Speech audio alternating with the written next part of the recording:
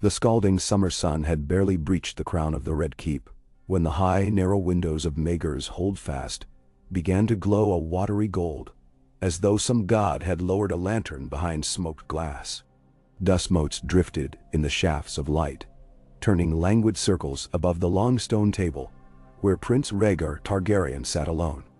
The dragonstone rubies sewn into his black doublet caught the low light and smoldered like half-banked embers, yet his pale face remained cast in temple-deep shadow. He had asked for this hour's quiet, one bell before the small council met, so that he might read the letter again in peace. Its words were already scorched onto his mind, but there was comfort in the ritual of parchment, the faint smell of sour ink, and the whisper of Tywin Lannister's seal cracking open. To His Royal Highness, Prince of Dragonstone, Shield of the Realm, Rhaegar of House Targaryen. Titles, courtesies, polite curtsies of script. None of it masked the lion's intent lurking beneath every line.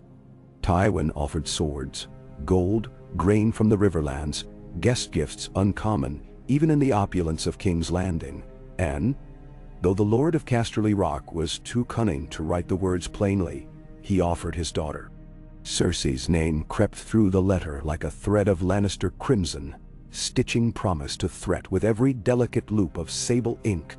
"The realm stands upon a tinder pile," Prince Rhaegar had written in reply 3 nights ago, "and Casterly Rock supplies the spark and the water alike." Aerys, his father, had laughed at the turn of phrase. Yes, let him choose which to be. The Mad King had crowed, but Rhaegar knew in his marrow that Tywin would not forever content himself to sit upon the high table's lower end, even cushioned by gold. The old lion had withdrawn from court 2 years past, yet his shadow still stretched through the corridors like evening across a field. Rhaegar folded the letter, sliding it into a double-locked coffer, already burdened with secrets of darker hue. Prophecies penned by maesters long dead, fragments of Valyrian scrolls he alone could half decipher, and a single curling ribbon of blue winter rose silk.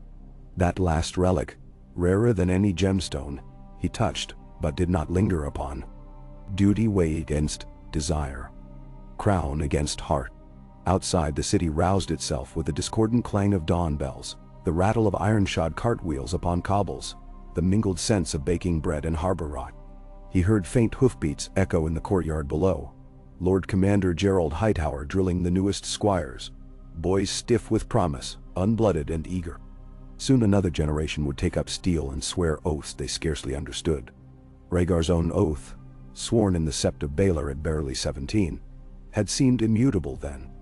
Now he found its edges fraying, snagged upon prophecy and the world's cruel caprice. He rose, the rubies at his breast shifting like restless coals. A harp leaned against the far wall, its silver strings winking. He had neglected music these past moons. The songs that once flowed easy as rain now felt like river stones lodged in his throat. Yet part of him longed to take the harp up, to play a single haunting note that might still the turbulence within. Instead, he turned away. Politics, not poetry, beckoned this hour. Cersei Lannister watched the capital approach through the carved narwhal lattice of her gilded litter. She kept one hand upon the velvet drape, fingers poised as if steadying the yew itself. Rooftops swimming beneath summer haze, banners flapping like gaudy seabirds, and above it all, the Red Keep perched crimson and arrogant upon Aegon's high hill. The fortress glittered treacherously, each crenellation a jewel in the crown of a paranoid king. Cersei's lips parted in something that might, to the casual eye, have passed for awe. Only Jaime, riding abreast of the litter, would have recognized the flicker in her green eyes for what it truly was, a soldier's measured appraisal of ground and garrison. But Jaime could not watch her now. Sworn to the White Cloak less than a year, he bore the weight of honor like a new suit of plate, shining, burdensome, untested. He rode 2 lengths behind Sir Boros Blount, the gold of his hair almost mocking beside the older knight's snowy cloak.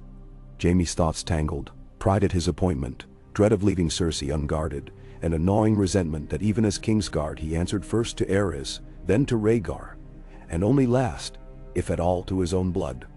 "We are 2 halves of the same soul," Cersei once whispered to him atop the sea battlements of Casterly Rock. two sides of the golden coin.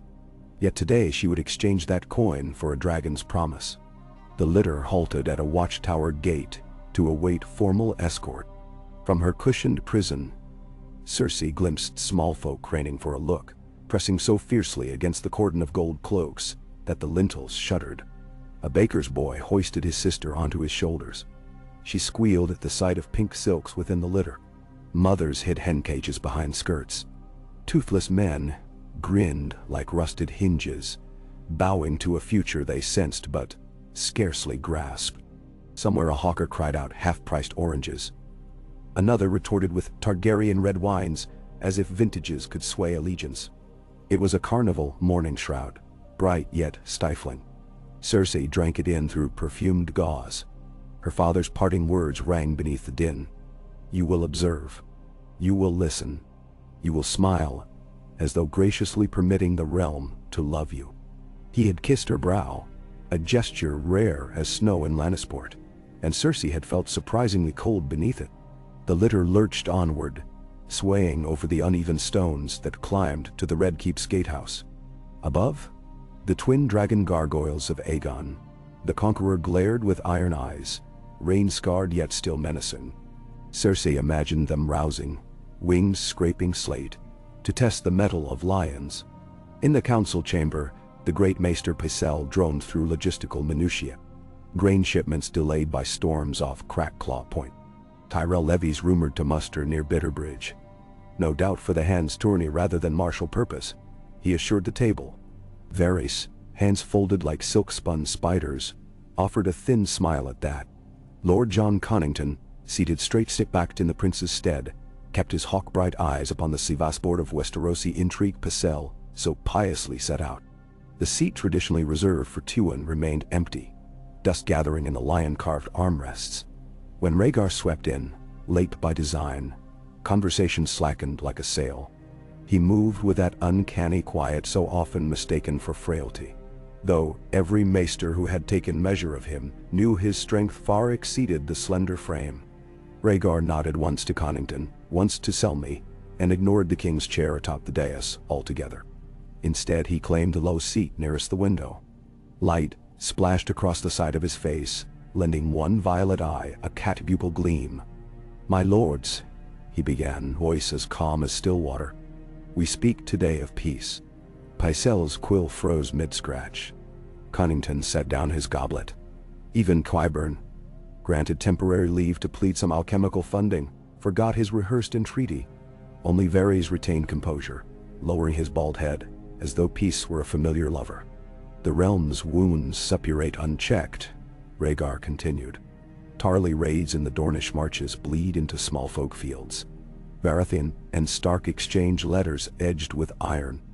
And in the west, the greatest power of coin and sword holds its breath, waiting to see whether smoke rises here or over Dragonstone." Nassen. He let the words settle like ash before offering the remedy. "I will ride to the lion's den and fetch water for the realm's pyre." Not a ripple passed his face as he said it. "I will wed Cersei Lannister." Silence throbbed. Then, of all counselors, Pycelle cleared his throat. "Your Highness, His Grace the King has forbidden." Rhaegar's gaze pinned him. "I have my father's leave." Not a lie precisely. Aerys had laughed at the suggestion, then shrugged, bored as a child presented with stale honeycakes. "The lioness, bed the wolf girl, see if I care." "Only bring me their kneeling fathers," the king had said, tossing a charred scroll to the fire. Aerys granted permission because he believed none would dare dream it come to pass. Connington breathed out slowly. "A bold stroke, Your Highness." He struggled. Rhaegar saw between admiration and bleak worry. A marriage might douse kindling or ignite wildfire. Varys finally spoke, voice a soft wind through crypt bars. "My prince, I have heard whispers." His hands fluttered like pale moths alighting on the council table. Song of ice and fire, some name it. A music meant for more than mortal ears. Rhaegar felt the harp strings of fate thrumming again. He said only, "Whispers, Spymaster, are yours to tend." "I will answer with deeds." and quieter. We have tarried too long.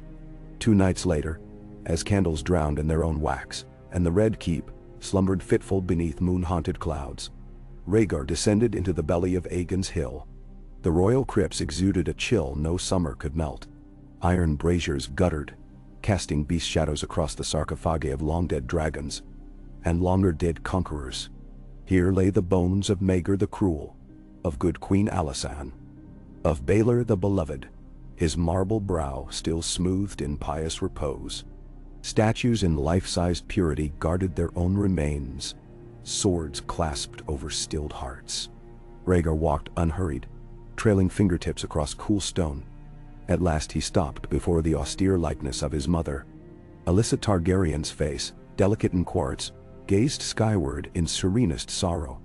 She had died birthing him, so the histories claimed, though certain pages in certain forgotten texts suggested a darker cause. Aerys had never spoken of her save once, in wine-frenzied reminiscence, calling her child of spring, flung to winter's maw. "Mother," Rhaegar whispered, half ashamed of the childish appellation. "If you still hear from halls beyond, guide me now." He knelt, and the black marble felt like chthonic ice through his breeches. "I love another. Yet I will bind myself to Lion's daughter, to spare a kingdom's burning." He remembered Lyanna's laughter like bright steel.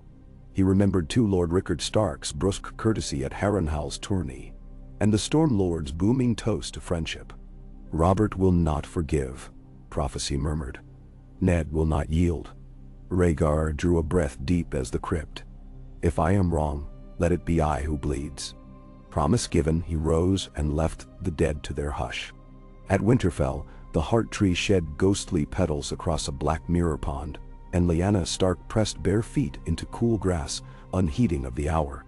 She had dreamt of a harp's lament that tasted of summer wine and salt. She told herself it was only memory of the tourney. Rhaegar crowning her queen of love and beauty. The gasp of the crowd. Robert's thunderous cheer that masked wounded pride. Yet dawn found her restless. She drew her cloak close despite the warmth, as though some breeze from the south carried disquiet up the King's Road. Ned, newly returned from White Harbor, discovered her beneath the weirwood's pale canopy. "Sister," he greeted softly, "you rise before the sun itself." "I dreamt music," she answered, "too sweet to sleep through." She did not add that in the dream the notes tangled with whispers of forged chains and lion's claws. Ned watched her, gray eyes thoughtful. "Robert writes that the king's son travels west," he said at last. "There are rumors. Rumors breed like flies." Lyanna knelt by the pool to wash her face. The weirwood's carved face regarded her, mouth peeled in sanguine sorrow. Ned sighed. He had never been gifted with Robert's ease of banter. Words seemed to him duties rather than delights. "If Rhaegar seeks alliance with Casterly Rock," he ventured, "Robert will find the world smaller by half." Lyanna splashed water at him. "Your Robert cares more for hunting and wenching than alliances." Yet her laughter rang brittle. She wondered why the notion of Rhaegar at Casterly Rock unsettled her so. In the west, the sea crashed ceaselessly upon the rock that bore the Lion's Keep like a crown of gold. Sunrise over the headland flared crimson through Tywin Lannister's solar, painting scrolls and ledgers, the color of fresh kill. He stood at the window, hands folded behind his back, the white and crimson cloak of House Lannister flowing from his shoulders. Below, the courtyard buzzed with preparations. Smiths hammering new fittings for gilded horseshoes, stewards toweling barrels of arbor gold, and seamstresses setting the final garnets upon a gown so lavish it might shame sunrise. Cersei's gown, Tywin's reflection, ghost pale in the glass, betrayed no tremor of uncertainty. Yet he felt its echo within, an old ache where pride met fear. He had groomed Cersei since infancy to stand beside a king. Aerys had dashed that ambition with malice and madness both. Now the chance returned in Dragonhide regalia, one generation removed. Rhaegar is not his father, Tywin reminded himself. He is the melody of the realm's last hope. So said the bards. Bards could be bought, yet Rhaegar's reputation rose beyond coin, tempered steel in the forge of public yearning. A soft rap upon the door drew him from thought. His brother Kevin slipped in, face lined by nights of accounting. The prince is 3 days ride away, perhaps 2 if the southeast wind holds. Ravens from King's Landing confirm he travels with no more than 50 men, a gesture of trust. Tywin nodded. Trust must beget trust. He let the harbor clamor fill a measured pause. Ensure the gold cloaks assigned to his escort receive new lodging and coin for their return. Tell them House Lannister honors service. Kevin hesitated. And the girl? Cersei is no longer a girl, Tywin said, a sharper blade beneath the words. She will sit the throne beside a dragon. That is the truth she must carry into marriage, as unyielding as Valyrian steel. Cersei herself, having returned from the city gates to lavish guest chambers carved into Aegon's Hill, studied her reflection in an obsidian mirror. Maids scurried, pinning coils of golden hair, dusting her cheeks with crushed pearl and rose oil, fastening seed pearl earrings shaped like tiny griffins. Cersei bade them fuss, but her thoughts walked corridors her body had not yet trod. She pictured the Iron Throne, the harsh beauty of fused blades, forged in dragon flame, standing before it in crimson and gold, while courtiers struggled to mask delight or resentment. She pictured Rhaegar, high brow, solemn mouth, eyes the peculiar lilac of Targaryen sorcery. She remembered catching his gaze once at Darry. The way he appraised her not with hunger, but with some grave curiosity, as if she were a chapter in a prophecy he had half forgotten. I will not be a chapter, she vowed silently. I will be the book. The chamber door creaked. Jaime entered, still in full Kingsguard regalia, white cloak brushing rush-strewn floors. The maids bowed out, tittering, leaving twin lions alone. They regarded each other across candlelit hush. Jaime's jaw flexed. You look of sun itself, he managed. I will be dawn, Cersei replied. And he will be dragonfire. Jealousy flickered in Jaime's gaze, before pride smothered it. I will guard you, he said. With every breath. Cersei allowed a small, secret smile. Guard the realm, sweet brother. Guard our future. She brushed his cheek with fingers that trembled only after she drew them back. The day Prince Rhaegar arrived at Casterly Rock dawned clear. The sky a blue so pure it hurt the eyes. Trumpets sang from the battlements, their notes echoing across the surf like avian cry. Rhaegar's party wound the gold-paved road in disciplined silence. 50 men-at-arms in unadorned gray surcoats, John Connington at the head, and Rhaegar astride a pale dappled stallion whose mane fluttered silver. The townsfolk lining the route said later the horses' hooves seemed never to touch dust, though of course they must have. Tywin met them in the outer yard, flanked by Kevin and tall, taciturn Sir Harys Swift. The formal words exchanged, praise for the host's hospitality, gratitude from the guest, slid together like carved pieces of some age-old puzzle. Yet as Rhaegar dismounted, his gaze flicked to the keep's high balcony where Cersei waited clad in dusk-red silk sewn with roaring lions. She stood very still, as though wind-carved. Their eyes met, and in that suspended beat of time politics retreated to a distant drone.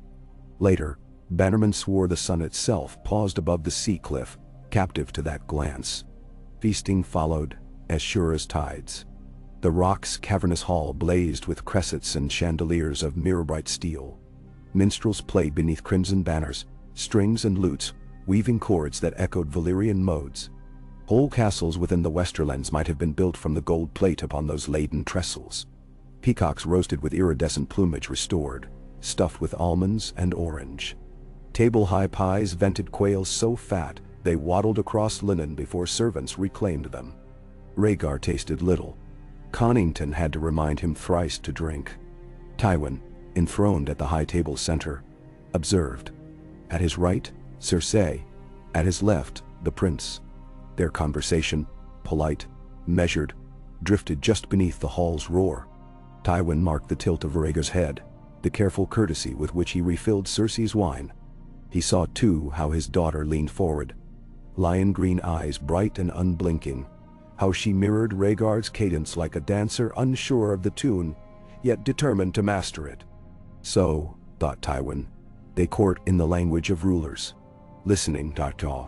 As the fourth course cleared, the door wardens escorted a hooded figure into the halo of torchlight. A hush fell. The stranger lowered cowl to reveal the gaunt serenity of Prince Lewin Martell, uncle to Elia, Rhaegar's first wife. His presence turned murmurs sharp. Elia's health, rumored fragile, the matter of her children's place in succession, the burnt bridges between Dorne and Crown. Yet Lewin bowed deep. Dorne offers sun-warmed blessings, he said. On this auspicious union of lion and dragon. Rhaegar inclined his head in gratitude. Cersei's smile edged closer to triumph. Politics played out in an exchange of mere syllables. Tywin lifted his goblet, amber wine catching firelight. May our houses be the keystone of peace, he toasted. Cups lifted, voices echoed. Yet for some the wine tasted faintly of blood. Night deepened. Servants snuffed torches outside royal guest chambers. A hush swelled in corridors once lively with laughter. Noble lords sought rest or fresher mischief. Scullions drowsed on sacks of grain. Somewhere two squires brawled in whispered rivalry until a night cuffed them both to silence. In his chamber, Rhaegar stood before an open balcony, wind tugging silver hair loose from its tie. Sea spray salted his face. Below, moonlight traced the restless water in patterns as pale as milk glass. He held his harp again at last. Tentatively he plucked a minor melody, notes shivering through the warm night, until the sea seemed to hush to listen. As the final string thrummed into silence, he sensed movement behind, soft, slippered steps. He turned. Cersei stood framed by a candle aglow, hair unbound, a simple robe of ivory falling in waterfalls to bare feet. She said nothing, nor did he. The silence felt like a third presence, vaster than hall or keep. She crossed to the balcony rail. "My lord prince," she began, almost teasing, "will you serenade the sea alone?" Rhaegar set the harp aside. Music is truer than speech. Yet, some truths demand words. "Daemon." She angled toward him, the moon splashing pearl across her cheek. "Tell me those truths." "First, I would spare this realm a war it cannot afford." His voice trembled, not with fear, but conviction. "Second, I would honor the great houses, lion and dragon alike." He paused. "Third, I would keep faith with prophecy." Cersei's brows arched. "Prophecy? A song woven long before our births, I fear. Yet, there is flexibility in its stanza. So the ancient texts suggest. Men. And where, in this song, do you place your heart?" She asked it like a challenge, yet her eyes betrayed yearning. Rhaegar's gaze drifted to the dark expanse beyond the rail. "Somewhere between sword and harp," he answered. "I have duties to both." Cersei lifted a hand, brushing wind-snared hair from his brow. The gesture startled him with its tenderness. "Then let the lion guard your heart," she murmured, "while the dragon guards the realm." In the stillness that followed, Rhaegar bowed his head until his brow touched hers, and the moon's reflection rippled across two faces that might one day shape kingdoms. Wedding banns were proclaimed across the realm. In the Reach, lords raised goblets of arbor gold in reluctant toast, weighing loyalties against Lannister coin.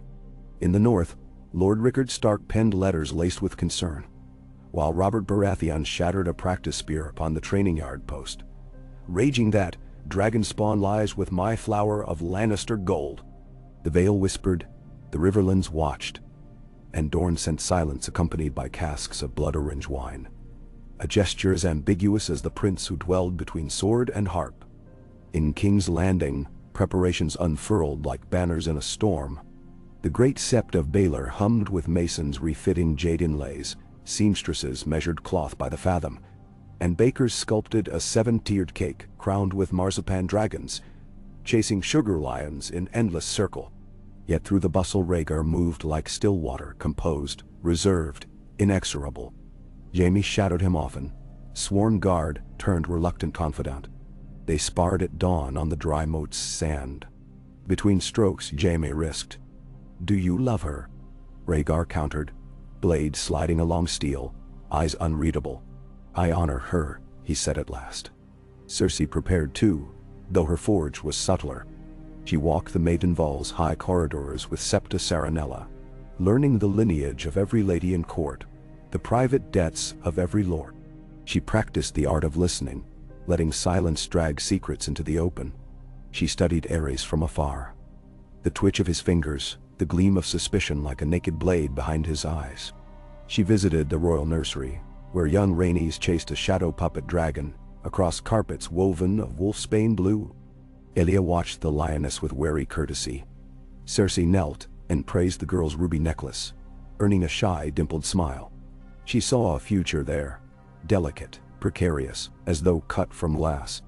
The eve of the wedding came wreathed in lavender dusk. Torches flared along the outer wall, their smoke mingling with the scent of lemon cakes cooling on windowsills. Rhaegar sat alone in the library of the Grand Maester, allowed by Pycelle only because precedent bowed to Prince. Shelves packed with scrolls climbed walls like ancient scaffolding. He read by lamp glow from a brittle fragment of Valyrian prophecy. When lion weds dragon, in sunset's whisper, blood shall sleep beneath a maiden's tears, and the song shall choose its singer anew. He traced the fated glyphs, mind twisting upon their riddle.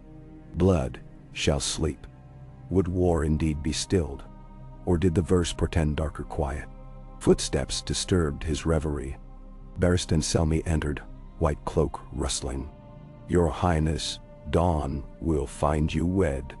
Yet the city murmurs of tension. Lord Stannis has arrived unannounced. Robert lingers in the Stormlands with an army half assembled. Gamin. Rhaegar rubbed weary eyes. War may still come, but at least it will not be waged in my name against the innocent. Selmy hesitated. Aerys grows unpredictable. He speaks of shadows within shadows. He ordered me to double the King's Guard watch upon the Princess Elia and her children. The old knight looked pained. Forgive me, but I fear what deeds he may attempt once you are wed anew. Aerys is king, Rhaegar said softly. Yet the realm must be shepherd to itself. He closed the scroll. Our hope lies in bonds stronger than blood. Tomorrow, Sir Barristan, we bind lion to dragon in unbroken chain. Pray the links hold. Selmy bowed, though worry creased his brow. Dawn bled across the sept-stained glass like bruised gold. In the bridal chamber, Cersei donned her gown, red deep as garnet at the bodice, shading to gold at hem as though flames licked upward. Her hair needed no ornament. It fell like molten sunlight over one bare shoulder. Septa Serenella murmured blessings, but Cersei's mind drifted to other devotions. The weight of crowns, the taste of power unsweetened by indulgence. She slipped an emerald ring, Tywin's gift, onto her finger beneath the wedding gloves of Myrish lace. A fierce green heart beneath dragon silk, her father had said. She would not disappoint him. Across the keep, in a solar draped with black and silver hangings, Rhaegar let Connington fasten the cloak clasp shaped as three-headed dragon. The ruby-embroidered fabric pooled like dusk behind him. He inhaled, felt its weight, a mantle heavy with ghosts. I walk the path laid by others, he murmured. Connington grasped his shoulder. You blaze it anew. Horns sounded. Bells pealed. The city came awake in waves of clamor. Barefoot novices scattered rose petals along the avenue to the sept. The air filled with their crushed perfume. Rhaegar mounted his horse, leading a procession of banners silk-bright in morning sun. Targaryen red-black, Lannister crimson gold, Martell sun spear, Arryn falcon to show neutrality, Tyrell rose to show hope. Crowds lining the streets roared approval, and something else, a note of desperate hunger, as if this spectacle might feed their fear. Inside the sept, pillars soared high as pine. Dragon's worn candles flickered in shadowed alcoves, their flames twisting like living scripture. Rhaegar passed beneath vaulting arches to stand before the altar of the seven. Heart beating a measured duel, he waited. When Cersei entered arm in arm with Tywin, the hall inhaled in one vast, reverent gasp. Gasp. Light poured through rose-glass windows, wreathing her in fiery halos, setting rubies and garnets ablaze in her gown. She walked not as supplicant, but as equal to destiny. Tywin placed her hand in Rhaegar's, their fingers interlocking with a soft inevitability. The High Septon intoned ritual words. 7 bows. 7 promises. 7 blessings. Rhaegar felt each vow pulse through him, chords on unseen harp strings. Cersei spoke clear, voice rippling across marble like wine poured slow. When the last blessing fell, Rhaegar drew the embroidered cloak of House Targaryen around her shoulders. Black and red swallowed gold, yet the lion sigil of her house remained visible at her breast, shining defiantly. 2 hearts, the Septon proclaimed, viewed as one. Applause erupted like storm surge against cliffs. Bells rang from the Septi's crown, echoing through King's Landing, across Blackwater Rush, out to the Whispering Wood where hidden armies might well pause at their clamor. In that moment, war stood at a crossroads, uncertain which road remained open. The feast that followed consumed daylight and spilled into lantern-lit night. Cersei and Rhaegar sat side by side upon a raised dais decked with silk banners. Lion rampant and dragon triumphant entwined. Bards sang valorous ballads. Jugglers brandished flaming torches. Dwarfs clad as direwolves capered for a humor half-forced. Eris attended briefly, arriving late, eyes rimmed in red, hair disheveled like straw from a madman's scarecrow. He muttered at Varys at Pycelle, at phantoms only he perceived, then departed under whispered protest, dragging a cloak that smelled faintly of smoke. Rhaegar let him go. Tonight belonged to future, not past. As the 6th course dwindled to bare bone, Rhaegar leaned towards Cersei. "The realm watches us," he said softly, hungering for symbol. "Let them gorge." She sipped wine, lips staining goblet. "Symbols crumble. We will build reality." "A stone more lasting than song?" he asked, half teasing. "Than song," she affirmed, though her gaze flickered to the minstrels, to the silver-strung harp lying unused upon the dais. "But perhaps shaped by music." He followed her eyes. "Shall I play?" he murmured. Cersei smiled, a sudden, unguarded smile that transformed her beauty into something incandescent. "Play," she urged. "Let them hear the note that binds king to kingdom." So Rhaegar stood, harp in hand. Silence spread rippless-low as he plucked the opening chord. Notes cascaded.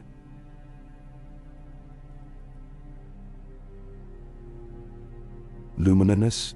He played not the melancholy tune of Harrenhal, but a new melody, full-throated, ardent, rising like sunrise upon black seas. Hands stilled. Hall breathed again, then erupted in roar. Cersei's cheeks flushed. Pride and something akin to wonder glimmered in her eyes. Lion and dragon bound by song. Long after revelers staggered to chambers and candles guttered to ghosts, Cersei and Rhaegar found themselves outside the bedchamber doors, flanked by Kingsguard steel. Jaime's helm hid his expression as he stepped aside. Ser Barristan's eyes, stern yet kind, met theirs briefly before he closed the doors upon the world.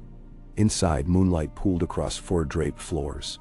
The bed, carved of ebony and shaped like twin wings, awaited. Cersei unfastened the dragon cloak, letting it slip to her feet in a hush of silk. Rhaegar removed his circlet, placed it upon a low table, as though setting aside crown to reveal the man beneath.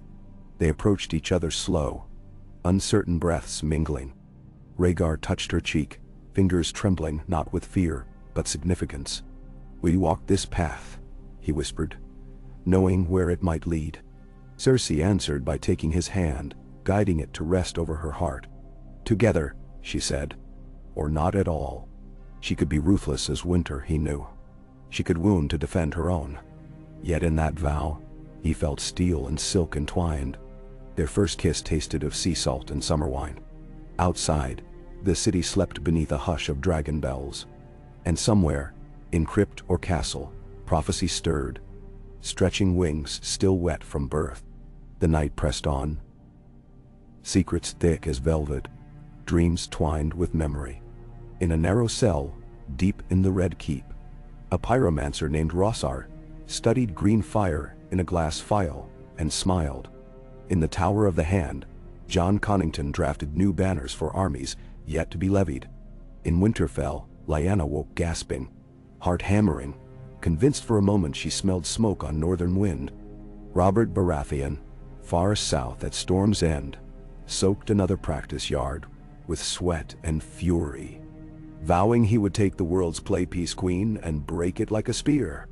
But in a bed of ebony wings, lion and dragon lay entwined, their breath one rhythm, and the realm, for a heartbeat, rested on the cusp of peace.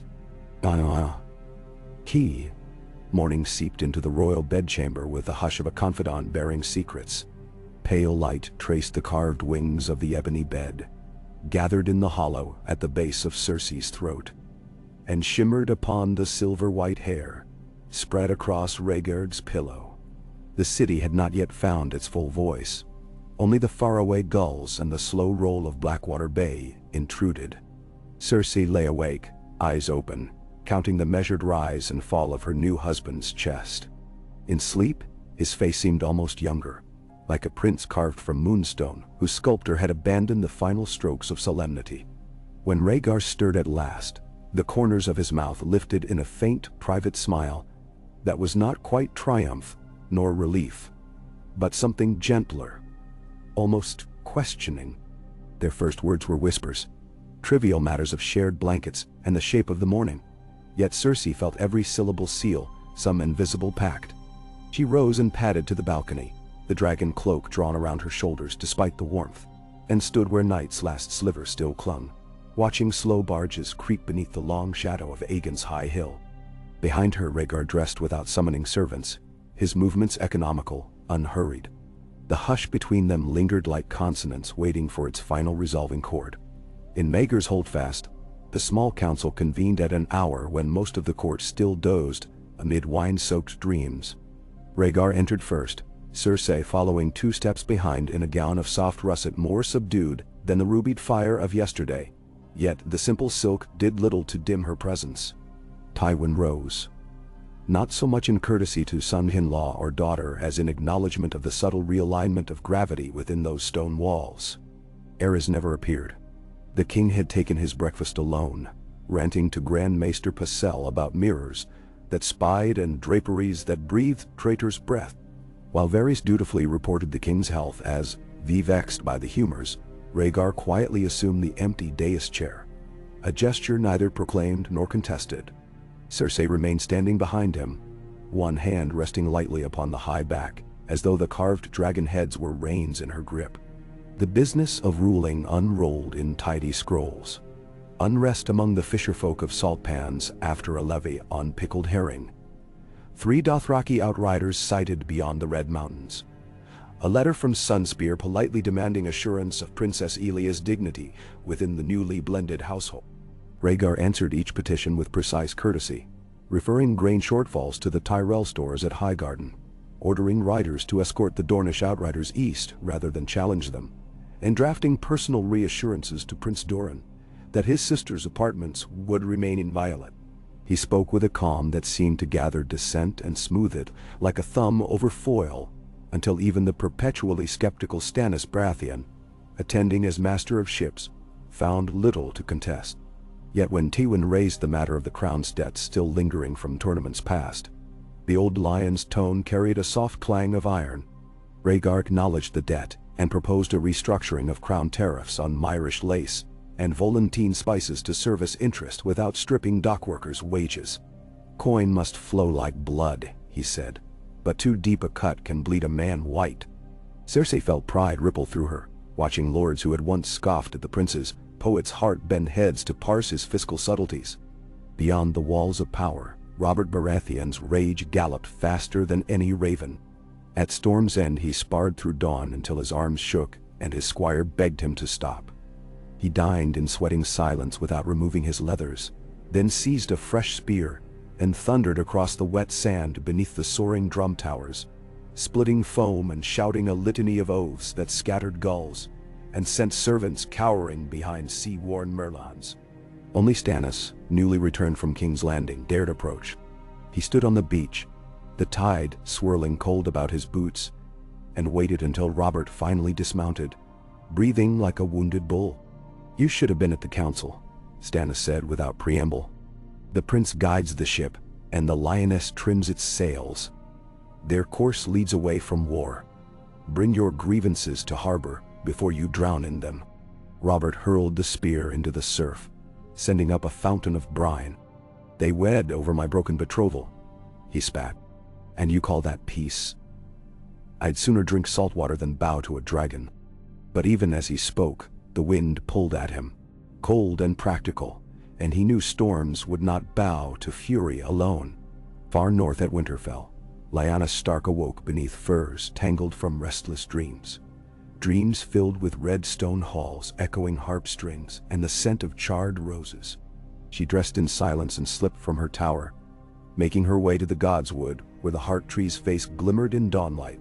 She knelt, laid her palm upon the rough red bark, and closed her eyes. The gods offered no counsel beyond the soft plink of meltwater dripping into the pool, yet Lyanna felt a hush of reckoning in the chilled air. Ned found her thus, and sat beside her with the same quiet that had comforted her during childhood storms. "You've arrived," he said after a time. "The prince invites every great house to King's Landing for a tourney celebrating peace." Lyanna drew her knees to her chest. Celebrating his prosperity or his defiance? Ned did not answer. Across the courtyard, Benjen practiced with the guards, his laughter ringing easy, unaware that their sister's heart beat like a caged bird between two worlds. Tywin Lannister wasted no dawns.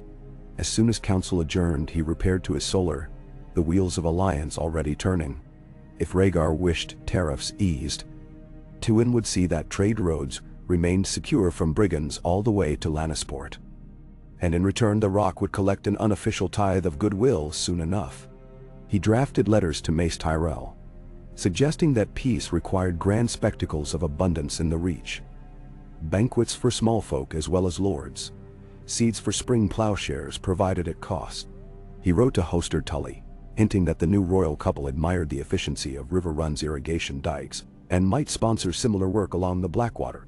Such messages carried no overt demands, yet each bound another thread in the unseen net Tywin cast over the realm. Acknowledging charity indebted the beneficiaries. Praising competence yoked reputation to Lannister interest. He finished with a missive to Balon Greyjoy, couched in guarded flattery regarding the Ironborn's seamanship and subtly inviting representatives to the coming tourney. Should warships be needed to enforce peace, Tywin preferred they sail under banners he understood. Cersei, meanwhile, embraced her emerging role as nexus of courtly ebb. She visited Elias Solar bearing a gift of Dornish silk, embroidered with the rising sun of House Martell, sewn by Casterly Rock's finest seamstresses. Elia accepted graciously, though her smile arrived a heartbeat late, eyes flicking to her children at play with carved wooden dragons beside a Mirish rug. When Cersei knelt and coaxed young Aegon to show how he made the dragon soar, the boy obliged with glee. Rhaenys approached shyly, and Cersei offered her a small lion figurine carved from red jasper. The girl traced its mane with a cautious fingertip, then beamed. Watching, Elia's shoulders eased slightly. Cersei rose. "Whatever banners fly," she said, "our children will inherit them. Let us see they are woven strong." Elia inclined her head, but a veil of wariness remained. Cersei understood. She would keep her own counsel yet, for trust grew slower than wildfire smoldered. Jaime found adaptation more arduous. His white cloak had once gleamed with pride. Now it lay upon his shoulders like freshly forged chains. In training yards, he threw himself at practice dummies until blisters split, but the ache in his gut stemmed from deeper wounds. Rhaegar treated him with unfeigned respect, consulting him about rampart patrol schedules, asking his observations on the court's shifting temperament. Each courtesy twisted Jaime's heart a quarter turn further, for the resentment he wished to harbor shriveled beneath the prince's genuine regard. Late one evening, he escorted Rhaegar along moonlit corridors, and finally dared broach the forbidden. My sister," he began, the words rasping. "She means everything to me." Rhaegar paused near a throne room alcove, where ruby-eyed stone dragons guarded dusty suits of enameled armor. "And to me," the prince answered. The sincerity, neither boast nor reassurance, left Jaime speechless. Rhaegar continued, voice quiet yet ringing with conviction. "I will guard her as you do, each in our manner." Jaime bowed, though the movement felt like yielding a piece of himself he had not realized was still contested. Some nights later, Rhaegar slipped from the palace under hood and simple leather. Accompanied only by Gerald Hightower and Prince Lewin Martell, they rode to the old sept atop Rhaenys' hill, long abandoned save for traveling septons who lit a candle or two beside cracked altars. There, amid derelict frescoes of the Seven, Rhaegar spread half a dozen parchment scraps across a stone pedestal slick with moss. Each bore fragments of Valyrian prophecy arduously translated. The ink faded to ochre. Lewin perused them by torchlight. "You believe peace alone is the key," he mused. "Yet the verse speaks of blood in slumber." Rhaegar nodded. "A lull, time enough to forge steel against shadows from the north. Ice stirs even now among haunted forests." Gerald shifted uneasily. He had fought wights in vague tales told round winter fires, but prophecy on parchment unnerved him more than any spear. "If war must come," Rhaegar said, "let it come in season of our choosing, not in a storm of feuding banners." Lewin's eyes softened.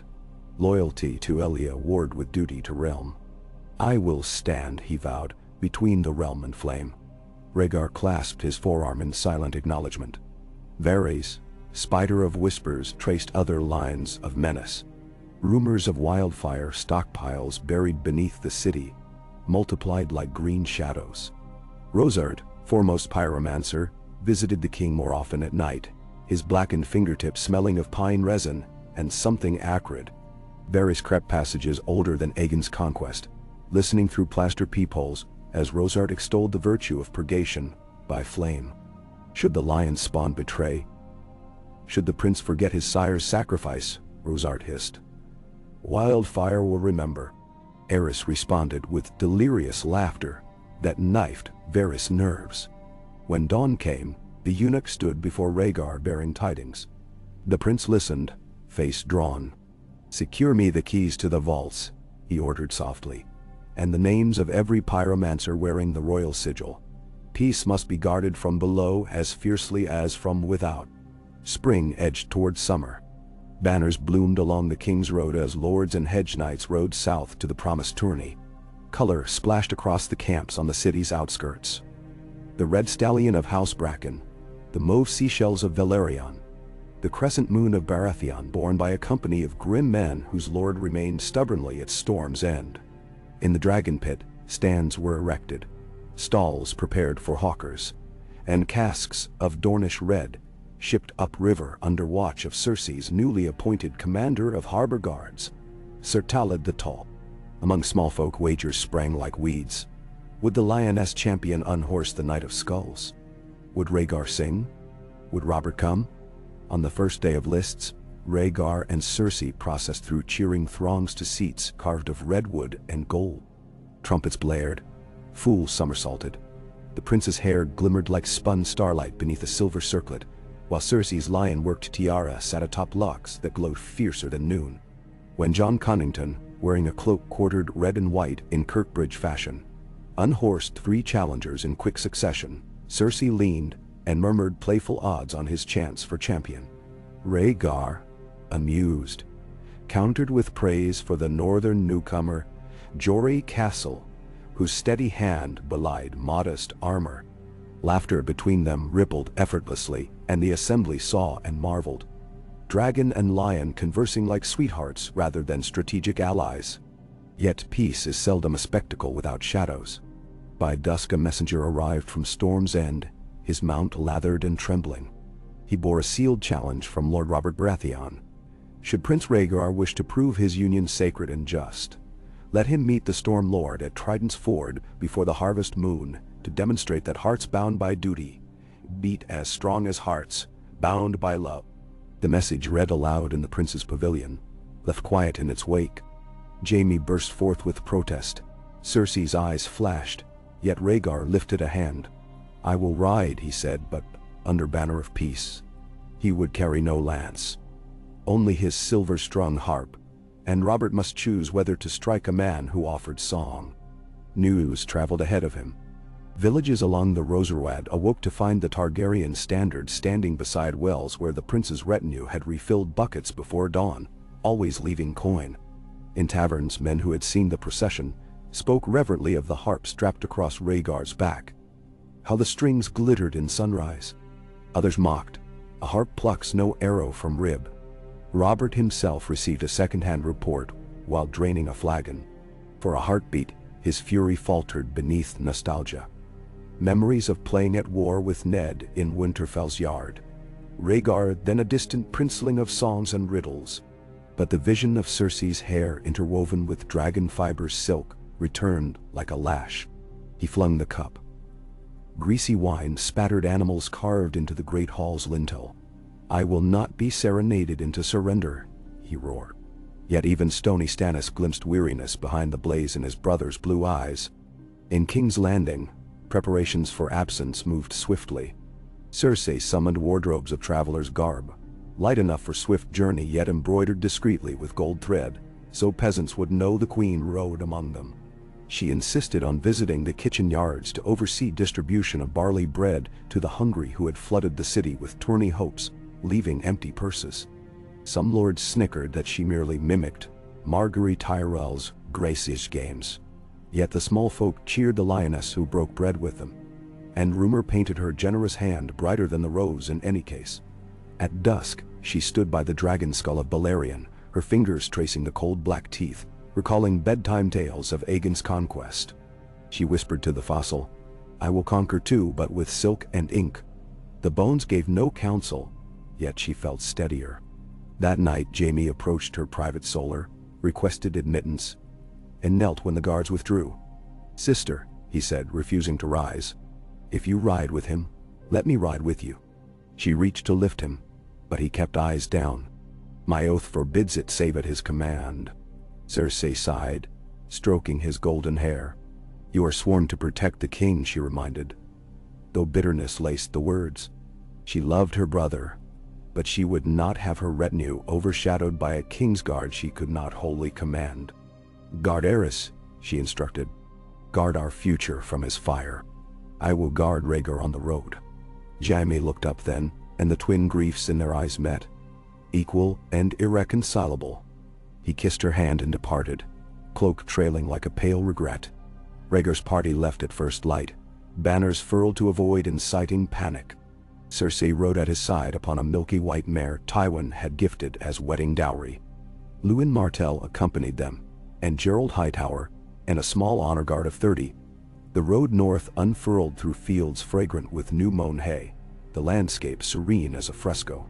At midday, they rested at a hamlet where the Septon blessed them with spring water. Cersei wandered among children fascinated by the silver brooch at her cloak, letting them touch, answering their shy questions. Rhaegar watched, heart stirring. Later he told her, "You wield kindness like a sword." She answered, dusting straw from her skirts. "Kindness can cut as deep as steel when aimed true." Campfires spotted the road each night, constellations mirrored upon earth. On the fourth evening, Rhaegar drew his harp by the riverbank, and played until frogs fell silent in the rushes. The soldiers listened rapt. Lewin closed his eyes, transported. When the final note faded, Rhaegar set the instrument aside and turned to Cersei. "If Robert strikes me," he said quietly, "he strikes peace. But if he relents, we may yet forge fellowship." Cersei reached for his hand, feeling calluses beneath the musician's long fingers, evidence of sword drills at dawn.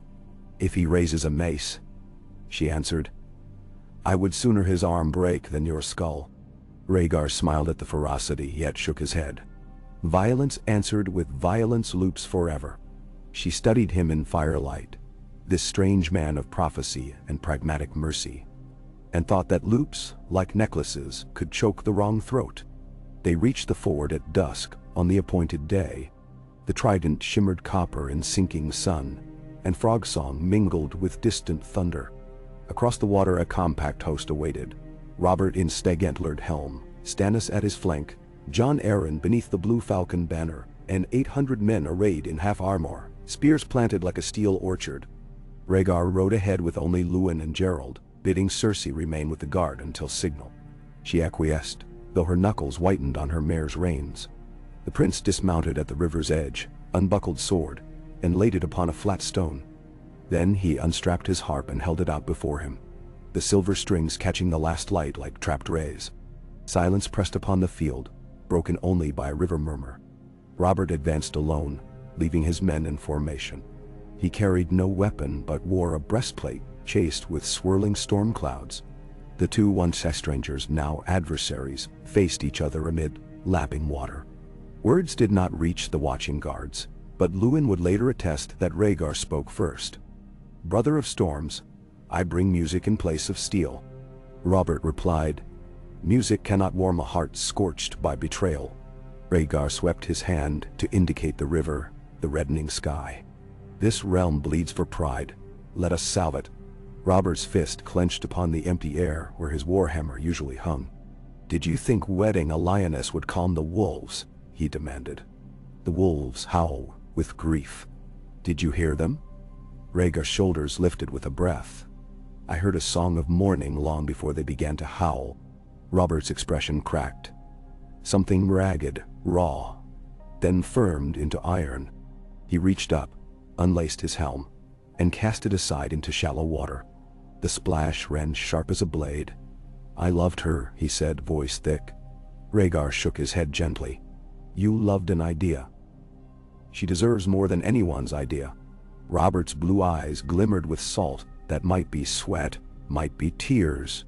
Sometimes an idea is all a man has. He stepped closer. The guards stirred but held formation. Rhaegar did not flinch. Robert's hand shot out, not in strike, but to grasp the harp. His callous thumb brushed a string. A dissonant twang shivered. Robert winced, hand jerking back. "Your music," he muttered. "Cuts." Rhaegar offered the instrument. "Cut yourself free then. Lay down your hammer in mind if not in hand." Robert stared at the harp, then at the prince, anguish warping his square features. Slowly he turned and waded thigh-deep into the ford, water tugging at his greaves, and stood as current coursed between them. Rhaegar waited. Cersei watched. Heart a hammer against her ribs. The moment strung taut as the harp's highest note. Robert raised both hands, let river wash across open palms, and shouted, "By the gods old and new, I will test your peace. I give you 1 year." Voices erupted among his men. Stannis' mouth compressed, Erin's eyes widened. Robert bellowed them quiet. 1 year, he repeated. "Show me a realm worth bending knee. If winter finds your promise hollow, I march. And hell's open with me." With that he splashed back to his line, reclaimed his stag helm, and mounted his charger. Rhaegar bowed deeply, then placed the harp upon the stone beside his sword. He bent, lifted his blade, and sheathed it. Behind him, Gerald exhaled a breath he had not realized he held. That night, on opposite banks, two armies built fires that smoked into the same indifferent sky. Rhaegar's men dined on salt fish and beet stew, while Robert's cook spitted boar and drank casks dry. Cersei sat beside the prince on a felled oak, their shoulders touching.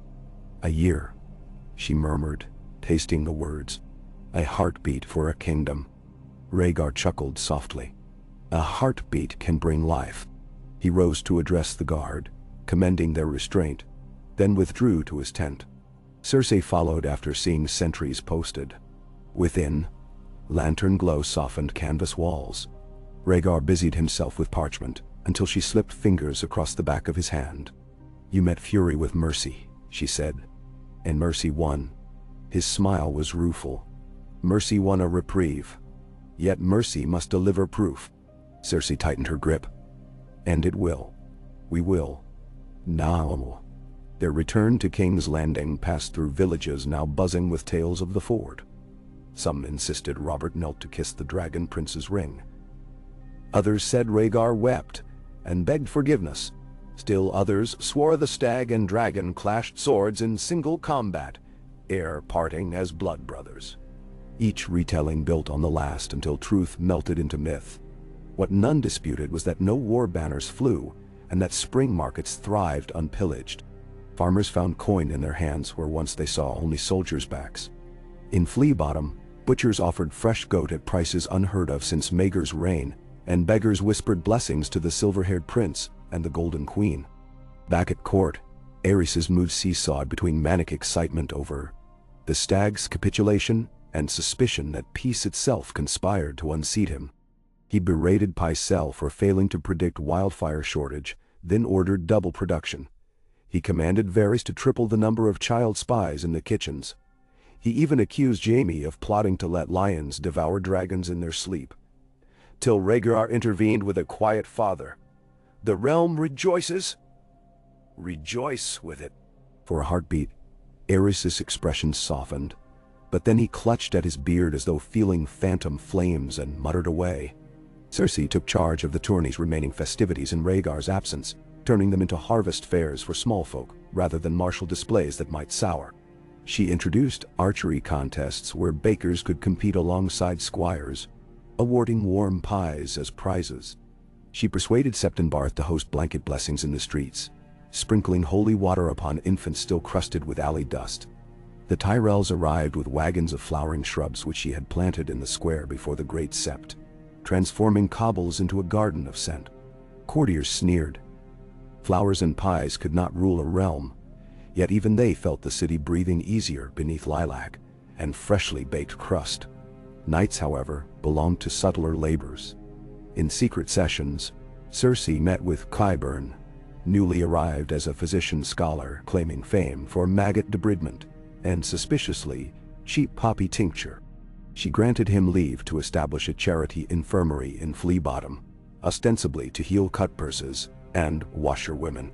In truth, she tasked him with gathering murmurs of unrest before they ripened, which narrow alleys brewed talk of rebellion, which merchants smuggled knives in flour sacks, which sellsword companies took coin from unknown purses. Qyburn nodded eagerly, black eyes gleaming unfathomable depths. "Information," he said, "is a salve when applied early and poison when withheld." Cersei dismissed him with a purse of silver and ordered him to keep his name from Pycelle's ear. She slept easier knowing another spider wove in her web, one perhaps less delicate than Varys, yet loyal by virtue of needing her patronage more than breath. Rhaegar focused on broader strokes. He convened masons and blacksmith guilds, offering crown loans for apprentice programs that would swell the skilled workforce. He penned proclamations inviting northern trappers to sell pelts duty-free for winter clothing drives. He commissioned the repair of broken holdfasts along the Dornish frontier to deter bandit raids. In every act he sought to show Robert and the realm that 1 year of peace could hold more fruit than 10 of conquest. Songs about the harp at the ford filled taverns as far as Gulltown. Street urchins reenacted the meeting with wooden swords and a battered lute. Even so, shadows lengthened. Varys reported that pyromancers had secreted over 500 jars of wildfire beneath the Guildhall of Alchemists, contrary to royal decrees limiting storage to the cellars below the Dragon Pit. Rhaegar confronted Rossart, but the man slipped away behind veiled promises of greater projects. Jaime uncovered a cask hidden behind tapestry in a disused hallway, the thick green sludge within flickering like trapped souls. He brought it to his sister. Cersei stared at the warped glass, recalling tales of the wildfire that took her uncle Tyget. Together, they arranged discreet removal to the Blackwater shore, where Luwin Martell's sworn knights escorted it to salt mines near Tarth for neutralization. Yet for every cask found, more remained rumored. The city itself had become tinder, awaiting one madman's spark. Lyanna Stark's restless dreams became waking shadows. She begged Ned for leave to ride south, to see for herself the court that had remade the world in silk. Ned feared rumor's talons on his sister's reputation, yet also feared the restless longing in her eyes. He wrote to Rhaegar, cautiously seeking permission for his sister to attend the harvest ball. The Raven returned within a sennight. The prince welcomed Lady Lyanna as honored guest, along with her father and brothers, to witness the fruits of peace. Robert heard and erupted anew. He hammered practice dummies until the yard lay strewn with splintered wood. Yet when drunk on autumn mead, he confessed to Horace Tollet that he feared seeing Lyanna's face, and knowing the spark in her eyes had scattered to some other hearth. "I wield a hammer," he muttered, lips thick. "But hammers don't mend hearts, do they?" The harvest ball unfurled beneath crystal chandeliers in the airy hall of Visenya's wing. "Chosen?" Cersei said, because Visenya's strength must yet uphold the realm. She wore a gown the color of damson leather, fitted to whisper of power rather than scream it. Rhaegar, in deep night blue doublet, embroidered with silver constellations, greeted guests alongside her, their hands occasionally brushing, a silent testament to private concord. Lords and ladies marveled at the maple leaf pattern of gold foil pressed into the ballroom floor, visible only when candlelight struck at perfect angles. Ned Stark arrived in wolf-gray velvets, solemn beside his fiery sister in sky blue. Lyanna curtsied to the royal couple and felt Rhaegar's eyes linger, not with desire but with something akin to gratitude. For her presence, perhaps, or for her courage in facing a tale half-written in rumor. Cersei embraced her lightly, surprising them both, and introduced her to Elia, who smiled with genuine warmth. The moment lasted only breaths, yet some thin shard of tension fractured and melted away. Music swelled. Rhaegar offered his hand to Elia for the opening dance, the gesture of honoring first vows, while Cersei led Jon Arryn in stately circles. When the music changed, Rhaegar returned and bowed to his wife. She placed her palm upon his shoulder, aware of hundreds of eyes. Together they moved like twin currents mingling. His steps precise, hers poised, turning beneath carved pillars where dragons curled overhead. In that waltz, Robert's absence became a ghost stalking the perimeter, yet none dared name it. Outside, along the city walls, a light mist settled, diffusing torchlight into halos. Jaime paced the ramparts on third watch, white cloak billowing as he scanned for threats both mundane and monstrous. He thought about Aerys alone in his chamber, door barred, doubt gnawing at him like rats behind wainscot. He thought about the wildfire caches he still had not located. He thought about the way Rhaegar had looked at Cersei tonight, affectionate but measured, as if cherishing something fragile. Such measured adoration rankled less than he expected. The prince's respect tempered jealousy's burn. Jaime rubbed a gloved hand across the cold Merlin. Duty had long been a word he uttered like prayer, yet tonight duty felt like the spine of a sword he dared not sheath. In the Dragon Pit ruins, Rossart and two acolytes poured wildfire into narrow copper tubes bound for hidden conduits beneath the city streets. Plans etched on oilcloth lay unrolled across a cracked plinth. Concentric rings of flame lines designed to encircle the Red Keep in a fiery rampart should rebellion rise. Rossart inhaled the pungent fumes with something approaching ecstasy. "The king's peace," he whispered, "shall be eternal, as green flames are eternal." High above, a raven landed upon a broken rib of the collapsed dome, tilting its head as though in judgment. The ball dwindled into dawn-pink hush. Guests departed, laughing softly, clutching cloaks against early frost. Lyanna, lingering at the terrace rail, watched Rhaegar clasp Cersei's hand as they walked beyond flickering lanterns. She felt complicated warmth, not the scorching heartbreak she had feared, but a wistful acceptance, like bidding farewell to a song whose final note still shimmered in memory. Ned stood beside her. "Peace may yet hold," he said. Lyanna's breath clouded as she nodded. "If wolves and lions learn to share the wood," she replied, half smiling. Throughout the following weeks, caravans brought grain through the Golden Tooth unmolested. Dornish oranges arrived unspoiled. The Night's Watch received donations of wool cloaks and arrowheads. Bards coined a new refrain, "The Year of Silver Harp," and merchants stamped tiny harps on clay amphorae of wine, destined for Bravos. In White Harbor, a young sailor named Davos Seaworth smuggled onions no longer. For honest cargo fetched fair prices, once tariffs fell. Small mercies rippled outward. And yet, in Aerys' private library, a single candle burned always, guttering green from wild flakes mixed into tallow. The king sat before mirrors draped in heavy cloths. Convinced eyes watched from behind glass. He scratched fresh scabs on his forearms until they bled, muttering about dragons chained in darkness.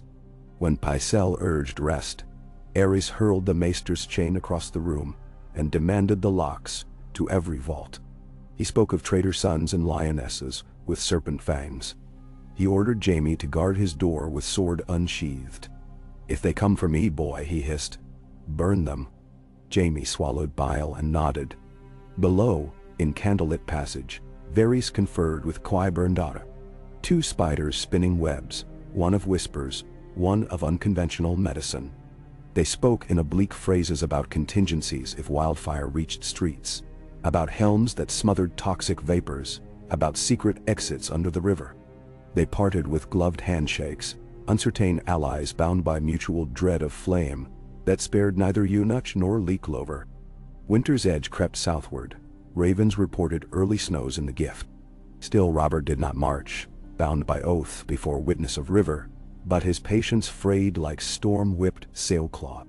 At storm's end he trained new levies, complaining that banners felt heavy in damp air. Jon Arryn begged caution. Stannis argued for probing the crown's sincerity through diplomatic envoy. Robert drank and scowled. Yet when message arrived that the crown would sponsor free ale for small folk at the midsummer fair, even Robert cracked a reluctant grin. "Ale is a language I speak," he conceded. In King's Landing, twins of expectation quickened within Cersei's womb. The maesters predicted one child, yet experience told her something deeper, like twin currents swirling. She informed Rhaegar privately beneath the heart tree transplanted from Dragonstone's courtyard, tears glimmering on her lashes. Joy suffused his face, mingling with a tension barely perceived by others, but clear to her. The weight of prophecy, always there, like the tremor beneath a calm sea. That night, he played a lullaby upon the harp, a melody of dual counterpoints weaving into harmony. Cersei held her belly and felt, she swore, answering flutters. News of pregnancy sped like wildfire, irony not lost on the careful few. Elia visited, gifting a necklace of tiny opals for strength, her manner gracious though her eyes shadowed with memories of her own difficult labors. Tywin, upon hearing the tidings, dismissed his scribes and stared a long time at the Lannister lion carved above his hearth, perhaps imagining cubs half lion, half dragon, all power. Aerys crowed that new dragons would soon hatch, then, in same breath, accused Rhaegar of plotting to usurp him with these hatchlings. Only Cersei remained unflappable, directing midwives, consulting maesters, and continuing her city tours, now seated in a palanquin of gold-worked cedar. As months slipped by, Robert's deadline of harvest moon approached. Workshops in the city clanged day and night, forging plowshares subsidized by crown loans. Orphanages received sacks of turnips from Tyrell farms. Veteran sellswards grumbled that peace starved them, yet found coin guarding caravans instead. No lords rose in rebellion. Even Roose Bolton, rumored to plot at Dreadfort, sent perfunctory letters of allegiance. The land breathed easier, though breath curled white in dawn air. On a gray evening 8 days before harvest moon, Ned Stark arrived unannounced, dust of a 10-day ride still upon cloak. He requested audience with the prince, and was received in a quiet solar, hung with tapestries of Valyria. There he delivered a plain wooden chest containing a single heart tree leaf, preserved in resin, sent by his father. With it, Lord Rickard's words: "Peace is the sap nourished by many roots. Guard the roots, or the tree will wither." Rhaegar lifted the leaf, its red veins glimmering. "Your father's wisdom grows taller each season," he said. Ned, face solemn, answered, "Wisdom requires fertile soil. I fear some roots rot unseen." They spoke at length of Aerys, of wildfire, of rumors north, sightings of pale spiders, big as hounds near the fist of the first men. Rhaegar listened, and the firelight showed lines of worry etched deeper than his years. That night, he told Cersei of the northern tidings, while they stood upon the ramparts. She pressed closer, drawing his cloak around her against sea wind, now biting with promise of winter. Lightning flickered distant over Shipbreaker Bay. "If the dead walk," she said, "our quarrels with the living mean less than ash." Rhaegar nodded. But men must unite before they can turn swords north. He gazed toward the horizon where Robert's storms brewed unseen. "1 year," he whispered. Cersei laced her fingers through his. "And after that?" He pulled her close. "After that, we sing louder than war." The harvest moon rose, swollen and amber. From Storm's End rode a single rider bearing Robert's colors and a cask of reach ale. The letter within declared Robert satisfied. For now. Winter proved mild thus far, the letter acknowledged. Grain plentiful, bandits few. Your peace buys comfort, it read. But comfort is not love. Keep tending. Cersei laughed aloud upon reading, the sound bright as a bell. He is a stubborn stag, she said. Rhaegar only smiled, relief softening the cords of his neck. Yet elsewhere, a jar of wildfire cracked in subterranean gloom. Seeping corrosive green had hissed upon flagstones. Rossart knelt, transfixed by the glow. In his mind, peace was tinder. Flame alone absolved sin. He whispered a prayer to unnamed alchemical gods and set about repairing the fracture with beeswax. Had Varys' little birds found him then, they might have ended the threat in one swift slice. Instead they watched from ventilation grates, reporting every motion back to their master, who weighed timing like gold dust on scales. Above, Jaime clenched teeth as Aerys ordered him to memorize routes to every cache. In case traitors come, the king rasped. You'll ignite the sky. Jaime bowed. Heartsick. He knew then what Val might demand. Fire that would devour innocent and guilty alike. He spent the night pacing armory shadows, wrestling the impossible calculus of honor. Winter deepened.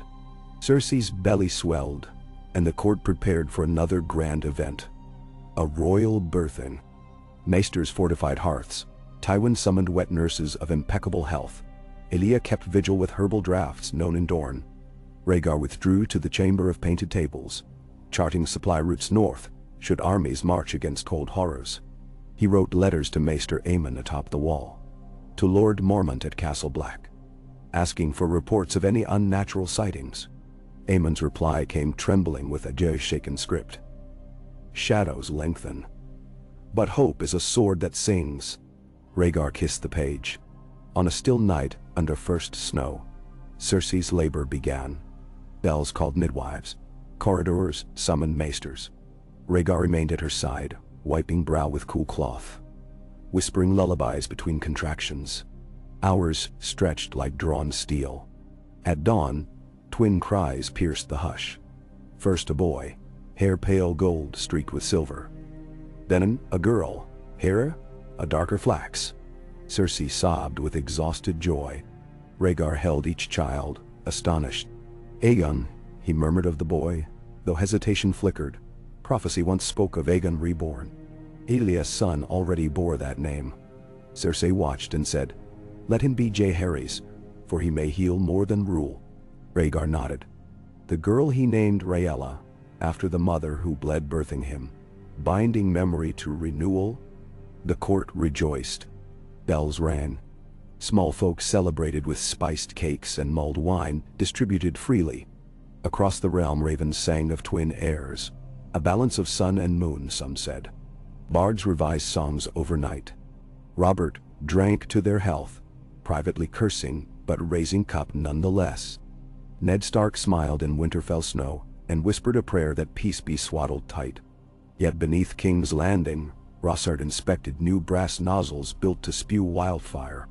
Above, Aerys cradled a jar in his lap, crooning to it as if it were infant made of green glass. Jaime watched, jaw clenched, while outside the nursery Rhaegar sang real babes to sleep. Two fires, one life-giving, one all-consuming, flickered beneath one roof. And so the year of the silver harp closed, not with sword clash nor coronation, but with lullaby and smolder, with bread shared and jars hidden, with hearts swelling and seeping cracks beneath. Perhaps somewhere in the frozen waste, an ancient enemy stirred, sensing the realm's fragile unity.